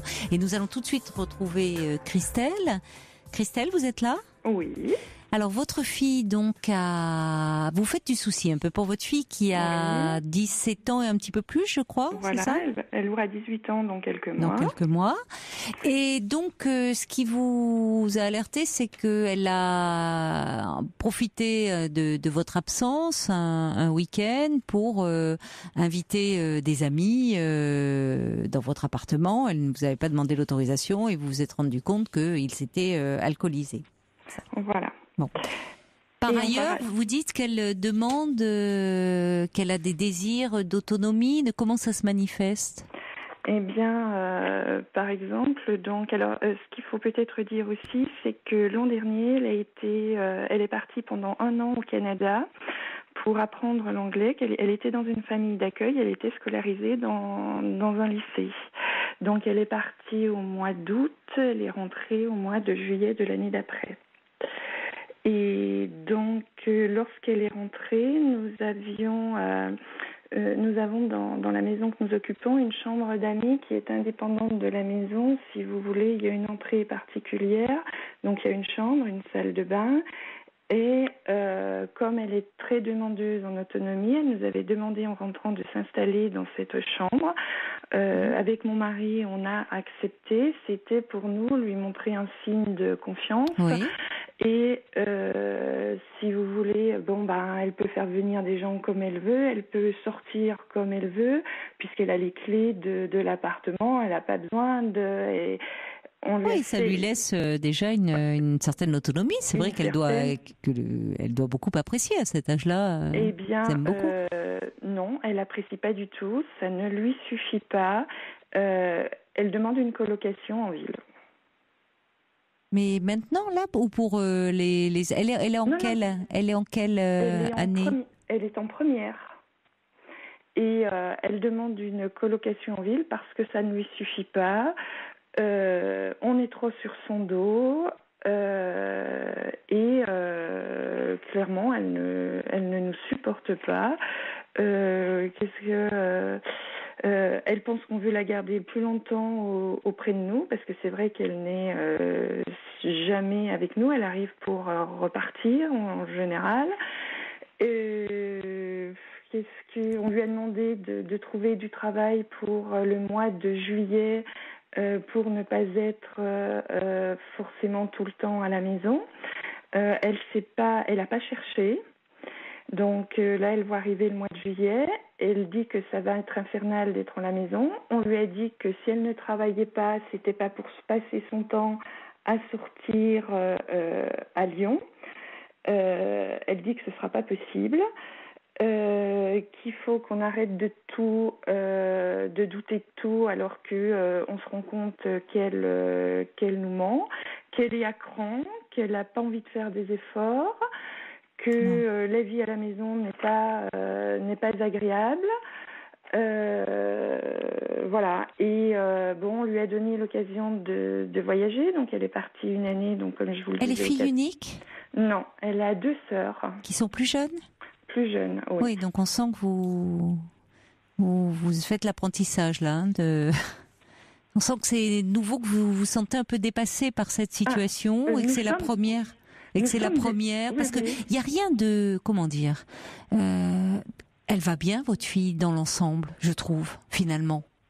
D'autres personnes me l'ont dit, parce que c'est vrai que je disais tout à l'heure à Paul, au niveau de sa scolarité, il n'y a pas eu d'énormes soucis, mis à part du fait des bavardages et du comportement où elle exaspère les enseignants, et donc je suis je suis en contact avec eux, ils savent qu'ils peuvent compter sur moi, et il n'y a que quand moi j'interviens, que je lui pose des limites fermes, qu'elle réagit. Et ça, c'est depuis son année de CM1, et en première, nous en sommes toujours au même point. Des bavardages, oui, mais ça, bon... Et du comportement, quoi, de l'attitude où elle ne tient pas en place, y compris dans les couloirs. Mais vous en parlez, je trouve, on n'a pas l'impression qu'elle va bientôt avoir 18 ans. Vous en parlez encore vraiment comme d'une enfant. Là, à l'instant. Enfin, et c'est normal parce que c'est compliqué pour les parents. Vous la voyez, de fait, c'est votre enfant. Et les parents ont toujours du mal à voir leurs enfants grandir. Et notamment quand ils sont dans des demandes, en plus comme ça, d'autonomie, de la colocation, ça la fait rêver. Ça ne veut pas dire que vous devez accepter ça. Mais elle exprime, c'est-à-dire un désir que peut-être vous soyez un petit peu moins sur elle et que vous ne lâchiez pas complètement la bride, évidemment, mais que vous la desserriez un petit peu. Oui, mais pour moi, si vous voulez, pour nous, de mon point de vue, et la bride, elle est déjà très lâchée par rapport à l'autonomie qu'on lui a laissée d'avoir sa chambre complètement indépendante avec sa salle de bain. Oui, mais alors ça, c'est curieux, justement, presque, étant donné la façon après dont vous parlez du reste.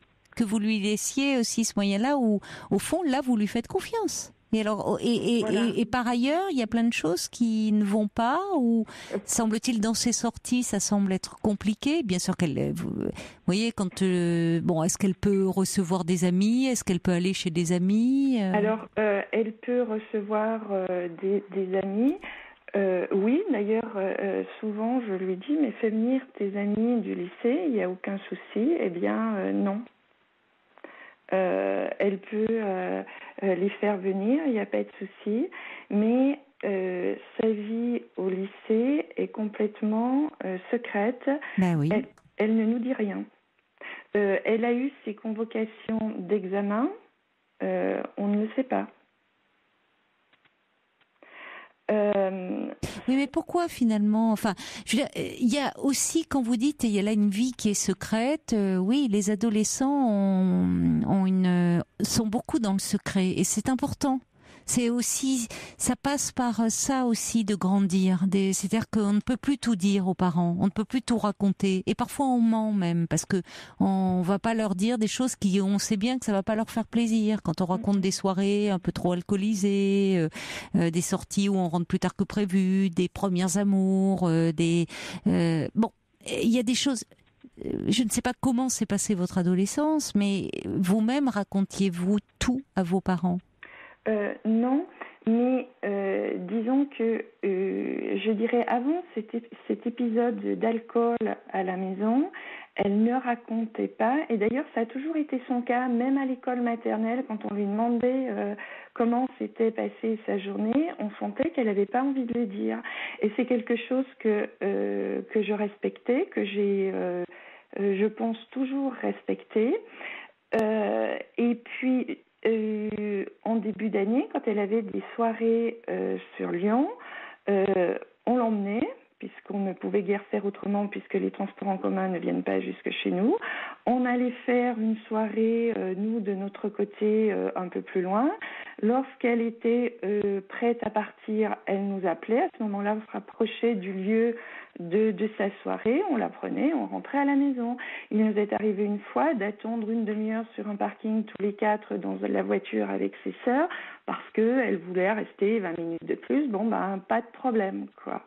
Là, on était dans la confiance. J'avais pas vu de mensonge. Mon mari non plus. Non. Ça a basculé le jour où il y a eu cette histoire d'alcool. Oui, mais j'ai l'impression que vous focalisez beaucoup là-dessus et que ça vous inquiète terriblement à l'excès, j'ai envie de dire, vraiment à l'excès. Cette histoire d'alcool, c'est comme si vous voyez que votre fille, elle est alcoolique ou alors elle fait des choses terribles derrière votre dos.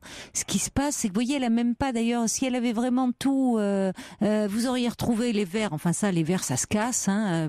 Malheureusement, c'est comme ça. Oui. Et puis les bouteilles de bière, vous les auriez pas retrouvées. Il y en a, ils les auraient planquées. Enfin, vous voyez, on voit bien qu'elle s'y prend. Que c'est la première fois, qu'elle a pas l'habitude et justement, elle dissimule pas tout. Vous voyez, vous avez retrouvé les bouteilles de bière. Donc, Oui, mais donc ce qui s'est passé, c'est que nous, pour cette soirée, on avait prévu au départ de rester dormir chez nos amis. Elle avait chargé sa sœur de s'assurer qu'on dormait bien là-bas. Nous nous en sommes aperçus après. Et en fait, il y a eu changement de programme et nous sommes rentrés dans la nuit. Non. Et donc, parce que moi, j'ai pas compris qu'elle laisse ces bouteilles-là, même si c'est dans une pièce où on va rarement, où ces placards, on les ouvre quasiment jamais. Je les aurais jamais ouverts. Je les ouvre peut-être une fois par mois, ces placards-là. Je suis allée les ouvrir parce qu'on cherchait nos verres. Et je me suis dit peut-être qu'elle avait prévu de les débarrasser le matin, mais comme on était rentrés, oui, enfin, on va pas chipoter, couper les cheveux en quatre sur cette histoire de bouteille là. Je trouve que cette soirée vous angoisse un peu trop. Enfin, c'est comme si je vais vous lire quelques messages qui arrivent parce que on va accueillir également Simon. Il y a justement par rapport à ces soirées, il y a quelque chose comme ça. J'en ai tellement de messages là pour vous que j'ai du mal. C'est Margaret déjà. Elle dit on voit bien qu'elle a pas dissimulé les choses. C'est pas si grave que ça. C'est bon. Je retrouve plus les messages qui disaient que oui, à cet âge-là, il arrive qu'on ait des soirées alcoolisées. Ça fait pas des adolescents, forcément des ados alcooliques. Vous voyez, il faut pas non plus. Je suis d'accord. Il y a une chose qui me surprend d'ailleurs, c'est que elle est partie 1 an au Canada. Oui. Alors, c'est vrai que cette expérience, et c'est ça qui est étonnant, c'est pas rien. Je trouve que là, d'avoir laissé partir, au fond, votre fille, de lui avoir laissé cette liberté de partir dans une famille. Et il y a peut-être un trop grand décalage entre le fait de lui avoir laissé vivre cette expérience, ou même si elle était dans une famille, évidemment, vous avez pris soin qu'elle soit encadrée, qu'on prenne soin d'elle. Il n'empêche qu'elle a pris de l'indépendance. Et d'ailleurs, c'est ce que vous cherchiez à faire aussi avec cette histoire de chambre indépendante. Mais à côté de ça, ce qui me frappe quand même, c'est que quand vous en parlez encore comme si c'était presque une petite enfant. Et qui devait vous raconter et vous dire, vous êtes surprise au fond qu'elle fasse parfois des choses un peu derrière votre dos. Elle va vous dire, maman, là je vais inviter des amis puis on va boire de la bière et on va bien.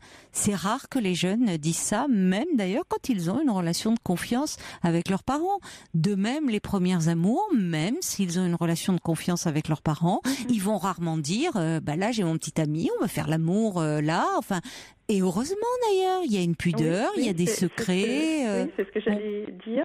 Je dirais qu'avant, ça ne me dérangeait pas parce que j'étais en confiance. Pour moi, elle était apte à se gérer. Et avec cette histoire d'alcool et les mensonges qu'on a trouvés derrière et d'autres mensonges aussi, j'ai perdu la confiance et je me dis mais jusqu'où elle est capable d'aller. Oui, mais vous la diabolisez là. Vous la diabolisez. C'est-à-dire que maintenant, vous dites vous avez perdu confiance sur des choses qui ne sont pas finalement si essentielles que ça. Donc vous êtes en train d'en faire comme si elle allait faire des choses terribles, horribles derrière votre dos. Ce qui n'est pas le cas. Donc le problème, le risque, c'est en crispant certaines positions, oui, elle risque d'aller au-delà et de plus en plus dans la transgression. Alors qu'au fond, bon, à part quelques bavardages au lycée, cette soirée-là, par ailleurs, vous dites elle fait du sport, elle va au lycée, elle a des amis. Dans l'ensemble, j'ai envie de dire, elle va bien votre fille. Donc ce que j'ai du mal, c'est elle vous échappe et c'est compliqué. C'est un moment difficile pour les parents de voir que oui, les enfants à cet âge-là vous échappent, contestent, remettent en question votre autorité. Ça ne veut pas dire que vous devez plier sur tout, mais plus vous allez vouloir la brider et ériger mettre des interdits sur tout, plus elle va les contourner, les enfreindre et en vous mentant. Oui, mais moi je n'ai pas le sentiment de lui mettre des interdits sur tout, parce que là, par exemple, elle est partie dormir chez une copine, quelqu'un qu'on connaît, il n'y a pas de souci. Dans quelques temps, dimanche prochain, c'est pareil. C'est ok. Et Laura, moi, c'est le côté des soirées où je ne sais pas ce qu'il y a dans ces soirées. Ben non, mais c'est le propre de tous les parents. Vous ne pouvez pas effectivement être dans les soirées. Vous pouvez mettre en garde contre certains dérives, certains dangers. Mais oui, dans ces soirées, bien sûr qu'il y a de l'alcool. Il ne faut pas se leurrer. Il y a de l'alcool dans ces soirées. Alors maintenant, on peut mettre en garde contre ces pratiques qui sont et qu'on voit aussi sur Internet où ils se filment et ils s'alcoolisent de façon massive, boire le plus possible en un minimum de temps. Et là, ça peut être dangereux. Maintenant, le fait d'avoir bu des bières dans une soirée, c'est pas. En général, c'est avec des alcools forts. Les jeunes consomment beaucoup de la vodka, mais ça ne veut pas dire qu'ils l'ont consommé de cette façon-là. Et vous, quand vous étiez adolescente, vous n'alliez pas en soirée? C'est l'âge des soirées, c'est l'âge où on se retrouve entre amis. Vous n'allez pas la boucler, la fermer à double tour à la maison et faire qu'elle n'ait pas d'amis. Ça serait plus inquiétant qu'elle n'ait pas d'amis. On va accueillir Simon qui est avec nous au 3921 et qui a écouté votre témoignage et qui voudrait vous parler puisque c'est un jeune homme. Bonsoir Simon. Bonsoir Caroline. Bonsoir. Bonsoir. Vous avez 25 ans? Oui. Et vous voulez vous adresser un peu à Christelle par rapport à ses inquiétudes? Oui, parce que moi j'ai 25 ans et c'est vrai que quand j'avais 15, 16, 17, 18 ans, j'allais aussi en soirée, j'ai fait mes propres expériences d'alcool, aussi de drogue et aussi sexuelle, mais c'est pas pour autant qu'aujourd'hui je suis un délinquant ou un mauvais garçon. Aujourd'hui j'ai mon appartement, j'ai mon petit boulot, j'ai mon compagnon, tout se passe bien. J'ai vécu d'accord des soirées peut-être étranges aux yeux de mes parents, sûrement aux yeux de mes parents, mais mes parents n'en savaient pas aujourd'hui n'en savent pas le quart de ce qui s'est passé dans cette soirée-là. Mais généralement, oui. Mais c'est pas pour autant qu'on finit mal et qu'on termine mal. Au contraire, c'est à force d'expérience et qu'on se dit là ça va pas, là ça va, oui. Là c'est pas bien, là c'est bien. Et au final, on fait nos propres expériences et on se nourrit de ces expériences pour c'est important. Pour en tant qu'adulte. C'est important ce que vous dites, Simon. C'est l'âge effectivement où on fait des expériences et où il y a de la transgression. Alors après, les parents sont là pour amortir certaines choses, mais on ne peut pas tout contrôler. Moi, je veux bien, mais c'est quand même dangereux. Là, donc, il y a un garçon qui a été scolarisé, bon, pas à l'heure actuelle, mais petit dans la même, qui a fini en coma éthylique aux urgences, et je trouve que c'est quand même prendre de gros risques. Mais on en est bien conscient, Christelle. Oui, bien sûr. Ça s'est pas passé pour votre fille. Bien sûr qu'il y a ces genres de pratiques et qu'il est possible d'en parler avec eux, même si sur le moment ils vont dire oh là là c'est bon, on est au courant. Mais plus vous allez interdire les soirées ou vouloir tout contrôler, plus elle va contourner, plus ça peut la pousser dans ces excès-là. Donc oui, bien sûr, on le sait qu'il y a des prises de risques à cet âge-là et que tous les parents craignent cela. Mais c'est pas en ayant peur de tout constamment pour les enfants que c'est un peu paradoxal. C'est-à-dire qu'en même temps, elle est partie jeune au Canada 1 an, où là, elle était loin de votre regard. Elle revient. C'est compliqué aussi ce réaménagement. C'est-à-dire, elle revient et là, elle est entièrement sous votre contrôle. C'est compliqué. Moi, entièrement sous mon contrôle, toute la journée, elle n'est pas sous mon contrôle. Jamais je ne lui envoie un SMS pour savoir où elle est, qu'est-ce qu'elle fait et avec qui. Non, mais le problème, Christelle, c'est que en même temps, je comprends pas bien. Vous jouez là sur les mots. On va pas couper les cheveux en quatre. C'est-à-dire qu'à un moment, les soirées, oui. Qu'est-ce que vous voulez faire? Qu'il n'y ait pas de soirée? Moi, je dis qu'elle ait des soirées, mais qu'elle me montre qu'elle est capable de gérer, qu'elle ne se mettra pas en danger. Comme c'était le cas avant où elle est allée à des soirées, ça ne m'a posé aucun souci parce que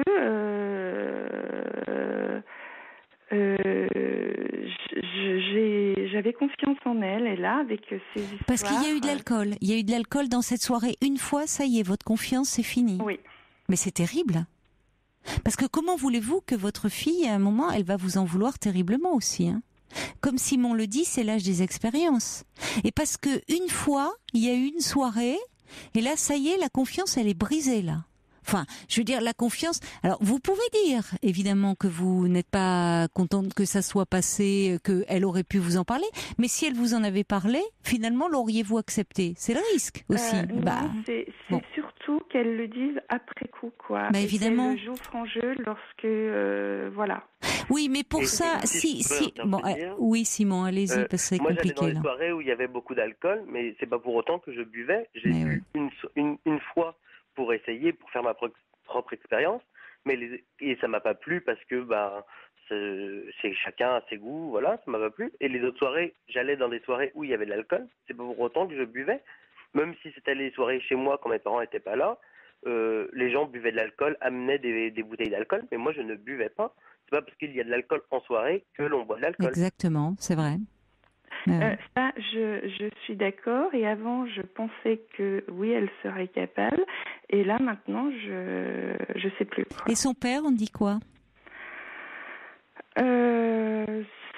Son père, il est un petit peu perdu comme moi. Je dirais qu'il y a... je me dis que les gens qui ont des problèmes passent par la première étape et que nous, elle passe pas d'autres caps, il n'y a pas de souci, mais c'est la peur que l'engrenage s'installe et qu'on veut pas... Oui, mais vous êtes obstiné, fermé dans votre inquiétude. C'est-à-dire que pour vous, c'est une étape et ça va aller vers de la surenchère, c'est ça? Pas forcément, mais c'est un risque. Mais la vie est faite de risques, Christelle. La vie est faite de risques. Il y a certains risques, je crois. Que non, mais là, vous êtes en train...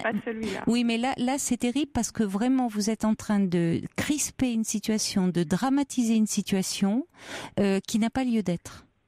C'est-à-dire que le fait d'une soirée où elle a invité des amis, où il y a eu de la consommation de l'alcool, ça y est, pour vous, c'est la première étape. Et qu'est-ce qu'il va y avoir après? De la drogue et je ne sais quoi. Et c'est excessif. Et c'est vrai que je vais vous lire des messages, si vous le voulez bien, un peu des auditeurs qui nous parviennent. Parce que beaucoup de gens disent il faudrait vraiment que vous arriviez à lui refaire confiance. Brigitte qui dit le risque que vous prenez avec elle et avec cette attitude hyper contrôlante, c'est que votre fille s'éloigne de plus en plus de vous et vous en veuille de plus en plus.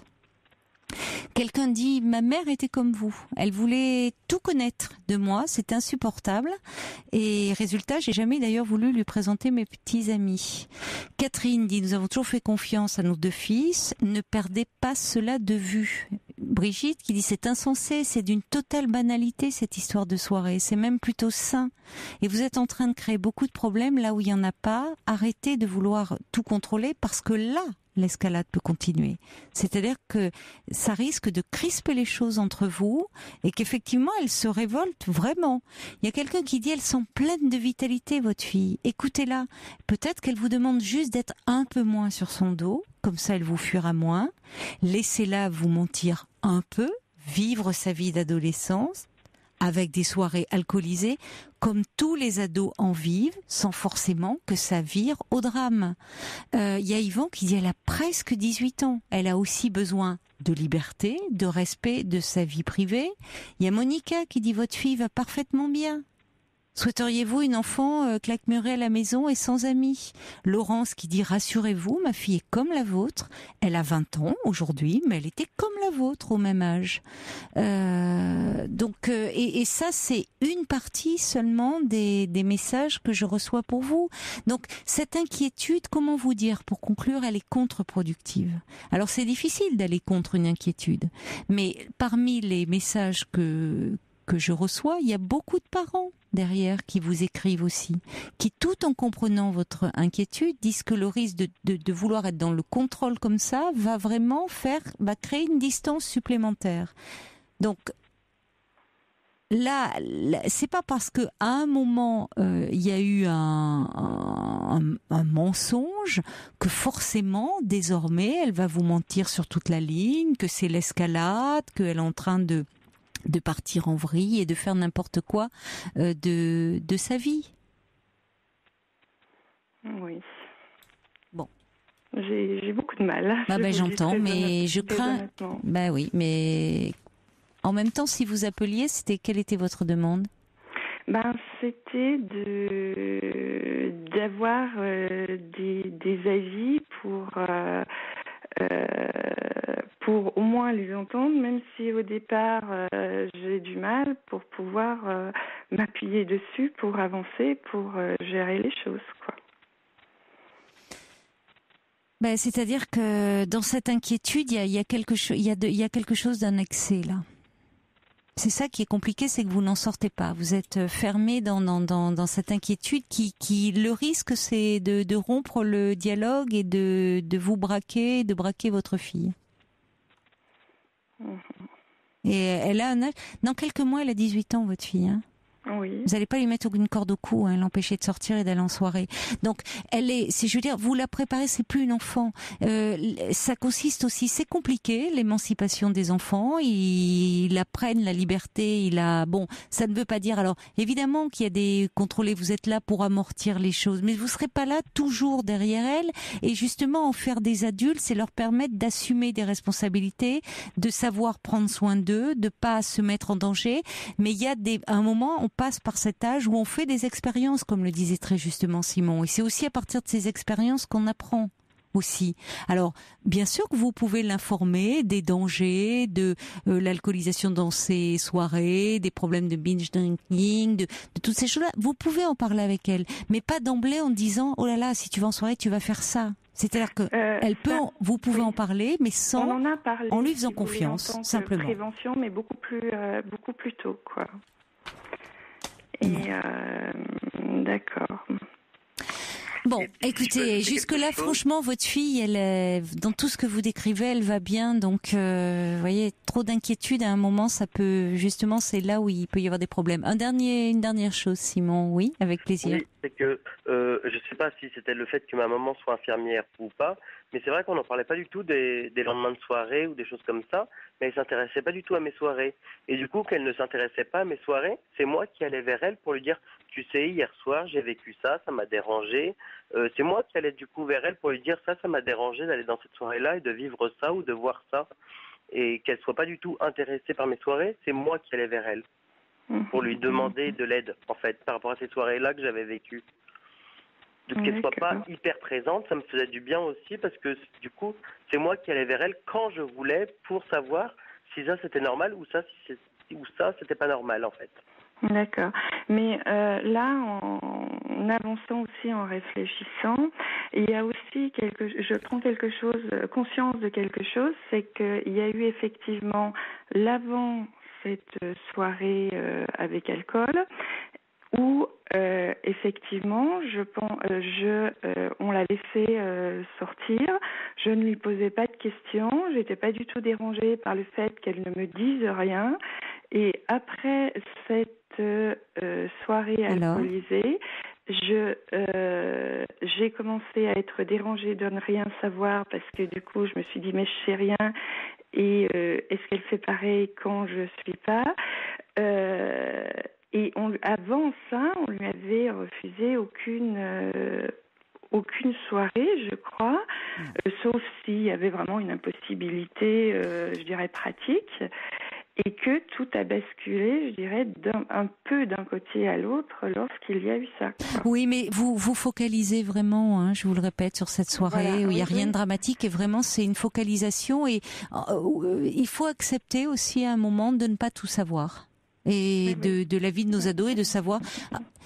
Rappelez-vous peut-être un peu votre adolescence. Je ne sais pas comment était votre adolescence, si vous avez été hyper cadré comme ça, ou à l'inverse, peut-être pas assez, et que vous éprouvez le besoin. On peut pas en parler là maintenant, mais il serait bon parfois d'un peu de se rappeler son adolescence, vraiment, parce que là, je crains que vous alliez à une rupture de dialogue avec votre fille et de la pousser à une surenchère. C'est un peu le risque, hein, en s'enfermant comme ça.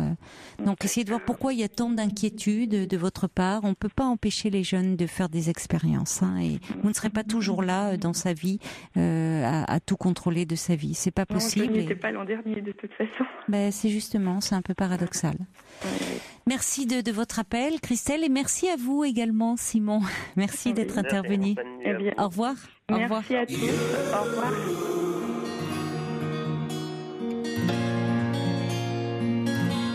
Caroline Dublanche sur Europe 1. 39-21. 50 centimes la minute plus coût de l'appel. J'ai cherché un sens à mon existence, j'y ai laissé mon innocence, j'ai fini le cœur sans défense, j'ai cherché l'amour et la reconnaissance, j'ai payé le prix du silence, je me blesse et je recommence. Tu m'as comme donné l'envie d'être moi, donné un sens à mes pourquoi, tu as tué la peur qui dormait là, qui dormait là dans mes bras. You're the one that's making me strong. I've been looking for you. Amir sur Europe 1, j'ai cherché.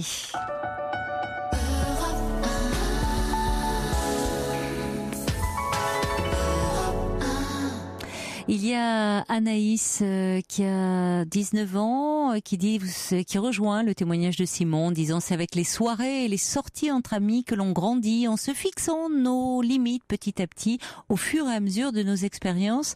Et puis il y a également un jeune homme, Simon, qui dit en général, par expérience, celui ou celle qui organise la soirée est celui ou celle qui boit le moins parce qu'on a trop peur après de se faire choper par nos parents ou réprimander parce qu'il y a des trucs de cassés. On est trop occupé à surveiller que les autres ne tâchent pas le canapé, ne dégradent pas. Donc en général, si ça peut rassurer cette maman, quand on fait la soirée, on n'est pas celui qui boit le plus. Voilà. Allez, on va maintenant... il y a à propos de la prise de risque, il y a peut-être pour Christelle le livre, alors je sais pas si c'est... mais je l'ai pas encore lu, mais le docteur Xavier Pomereau qui s'occupe d'adolescents qui vont mal, hein, vraiment. Il est le centre Abadi à Bordeaux, des adolescents anorexiques, suicidaires, enfin beaucoup de choses qui vont mal. Il a écrit un livre sur l'adolescence et la prise de risque. C'est son dernier ouvrage. Je sais plus quel est le titre exact, mais Docteur Xavier Pomereau, l'adolescence, le moment de la prise de risque, où il évoque justement cette nécessaire besoin, expérience de justement d'aller un peu dans la transgression, dans le risque, que les parents doivent bien sûr encadrer, mesurer, mais pas trop non plus. Peut-être que là vous trouverez des pistes et une façon de sortir un peu de vos peurs. Allez, on va maintenant accueillir Marie. Bonsoir Marie. Bonsoir Caroline. Bonsoir. Bonsoir, je vais aller assez rapidement. En fait, j'ai un problème, on est assez démunis avec ma famille par rapport à mon frère qui a 14 ans de plus que moi. Oui. Et qui, depuis maintenant 6 ans, ne travaille plus du tout. Il est enfermé dans l'appartement qui appartient à mes parents. Donc mes parents ne sont pas dedans, bien sûr. Et de plus en plus, en fait, on n'arrive même plus à joindre au téléphone. il a un comportement assez étrange. Enfin, il a toujours été assez en marge de la société. Mais là, de plus en plus, dernièrement, en fait, ce qui vraiment m'interpelle, c'est que ma mère a été hospitalisée. Elle est tombée la nuit. Et pendant 3 semaines, 1 mois, il n'est même pas venu en fait la voir. Et moi et mon frère, on n'arrive même pas à le joindre, rien du tout. Et c'est inquiétant, il a 42 ans quand même. Mais est-ce que quelqu'un peut aller le voir? Est-ce que quelqu'un l'a vu récemment? Non, récemment, on l'a même pas vu. Et la dernière fois, ça remonte à quand? La dernière fois que je l'ai vu, il est venu me voir un spectacle. Et puis, il était un petit peu... voilà, mais quand il y a du monde, un peu qu'il ne connaît pas, il est très gentil, il est très agréable, mais après, il part, et puis là, on n'a plus de nouvelles, et puis il dit rien sur ce qu'il fait. Il n'a plus de... Il ne travaille pas, il vit de quoi, alors?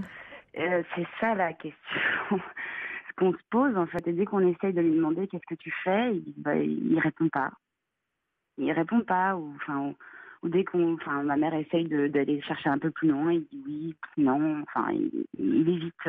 Et physiquement, il est comment? Il prend soin de lui, il y a eu une période, en fait, j'ai vécu avec lui pendant 2 ans, il y a 5 ans, et 4 ans, et il y a une grande période où il prenait plus soin de lui, il laissait pousser sa barbe, mais par lâcher prise, quoi, un peu. Et puis, mais voilà, l'appartement apparemment est dans un état catastrophique. Et donc, il se laisse un peu couler, quoi. Je sais pas. Oui, il ne va pas bien du tout, oui. Je sais pas trop quoi faire. Puis, voilà, mes parents me disent, bon, t'as pas une solution, toi. Mais est-ce qu'il répond comme vous dites qu'il ne répond plus au téléphone? Non, le téléphone, son téléphone portable, je crois qu'il s'en sert pas. Et puis le téléphone fixe. Mais qu'est-ce qui s'est passé? Parce qu'avant, donc là, il a 42 ans. À un moment, il a eu une vie un peu sociale, une vie. Oui, à un moment, en fait, avant, il est informaticien, donc c'est ce qui me fait dire aussi déjà qu'il a un esprit qui est très, qui n'est pas commun. En fait, il il se concentre sur des choses mathématiques, informatiques, donc c'est un peu synonyme d'isolement. Mais pendant une période, il travaillait en Hollande, il est informaticien, il voyait des gens, surtout des femmes, des amis garçons, il n'en a jamais vraiment eu. Mais il est très, très, très sensible. Voilà. Oui, mais enfin là, il semble être en rupture. Vous dites d'ailleurs, il est enfermé dans son appartement. Qui peut aller le voir, qui est proche? Il faudrait que quelqu'un au moins aille voir. Vous avez un contact avec des voisins? A essayé d'aller le voir, mais en fait il use d'une technique, c'est qu'il y a l'interphone en bas, donc dès qu'il sait que il peut ouvrir l'interphone, et là d'un seul coup il fait comme s'il il avait un truc à faire et qu'il devait partir. Donc en fait mon frère n'a même pas réussi à rentrer dans l'appartement parce que... mais il entend qu'il est là. Oui, il entend qu'on l'appelle, il entend que... Il sait très bien qu'on a essayé de le joindre. En fait, de la famille, vous ne l'avez pas vu depuis combien de temps, c'est ça? Moi, ça fait depuis le 17 avril. Bon, vous, et la dernière personne qui l'a vu? De personne. Oui, mais c'est inquiétant. Oui, c'est pour ça. Oui, mais déjà, il faudrait peut-être quand même insister, dire écoute, on se fait du souci pour toi, laisse-moi au moins monter 5 minutes, ou si tu ne veux pas monter, lui donner rendez-vous dans le café le plus proche, dire on est inquiet, que maman était hospitalisée, tu n'es même pas venu, qu'est-ce qui se passe? En fait. Moi, je l'ai mais lui poser la question, lui insister. Oui. Parce que c'est signe quand même d'un malaise, là, d'un mal-être, de se refermer à ce point-là. Sûr, oui. Alors il faut voir s'il n'est pas en train de décompenser. Il a jamais été hospitalisé, il n'a jamais eu de... Non. Et puis ma mère, avant qu'elle soit hospitalisée, il y a eu quand même des moments où il vient déjeuner avec elle dans la maison qui est proche de l'appartement où il vit. Donc depuis, elle l'a vu. Pas depuis qu'elle a été hospitalisée. Pas Et c'était quand? Le 17 avril. C'était là le mois qui a 17 avril. Bah oui, mais enfin, ça va faire bientôt pas loin de 2 mois. Hein. Oui, bien sûr, oui. Et donc, c'est même si elle insistait, elle lui proposait, elle lui disait bon, est-ce qu'un jour, je sais pas, tu voudrais voir un psy et en fait, il réagit très mal. Enfin, il dit non, ça va pas, je suis pas fou. Si on se met, on lui a déjà posé des questions plein de fois où on était tous ensemble, on avait réussi à le choper. Mais là, il se braque complètement. Mais le 17 avril, là, quand votre mère l'a vu, il parlait, il s'exprimait bien, il tenait des propos cohérents. Oui, enfin, il tient des propos cohérents quand on ne parle pas de sa situation. C'est comme il a un style de vie très bizarre. Enfin, il a des lubies, quoi. Il se met à faire du pain pendant des semaines, des mois. Il a beaucoup de lubies et puis donc quand il parle de ses lubies, il s'exprime très bien, voilà. C'est quoi ces lubies?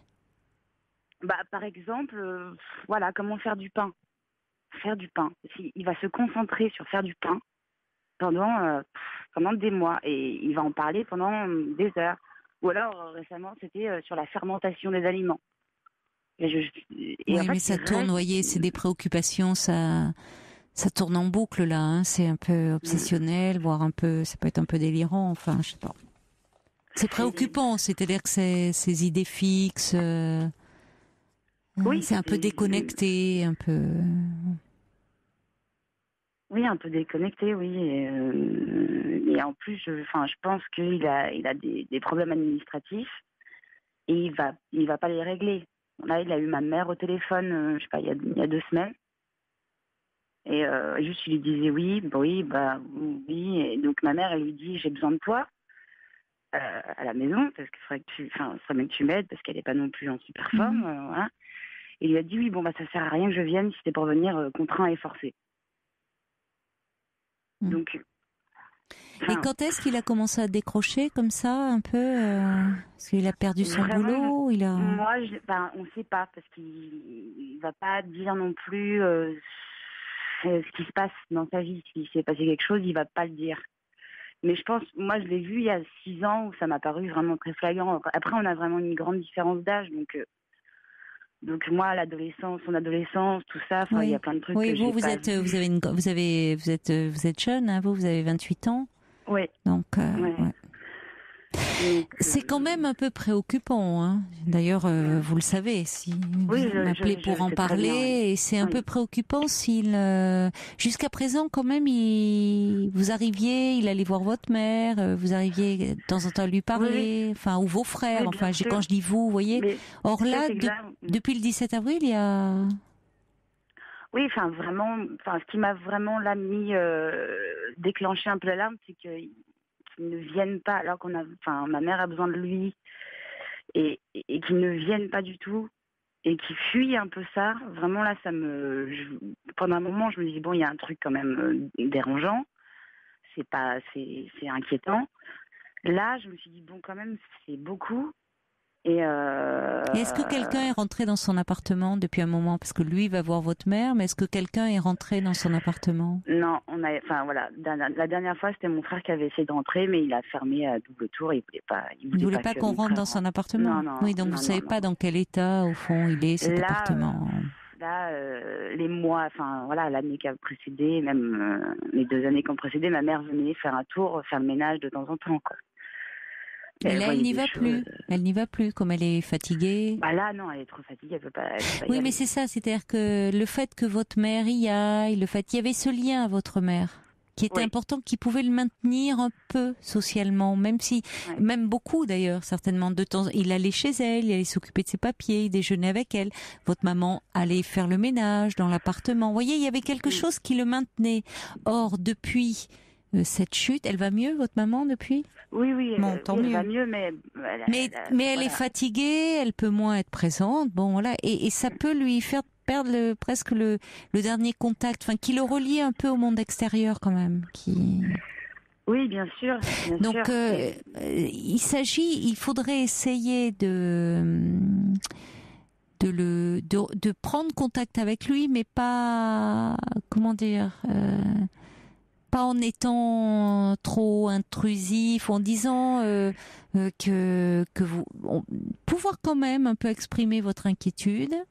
Tiens, je reçois un message, la Brigitte, qui dit parlez-lui de votre inquiétude, vous ou votre frère, ou enfin celui qui est le plus proche, ou votre maman, de votre affection, dire que vous vous faites du souci pour lui, parce que ça fait un petit moment que vous n'avez plus de ses nouvelles, vous aimeriez bien le voir, sans exiger quoi que ce soit de lui. Vous voyez, y aller vraiment en douceur, mais quand même en renouvelant, en étant présent, en insistant un peu, pas à plusieurs fois dans la journée, que vous vous mettiez pas à appeler tous en même temps, mais en renouvelant. Non, bien sûr.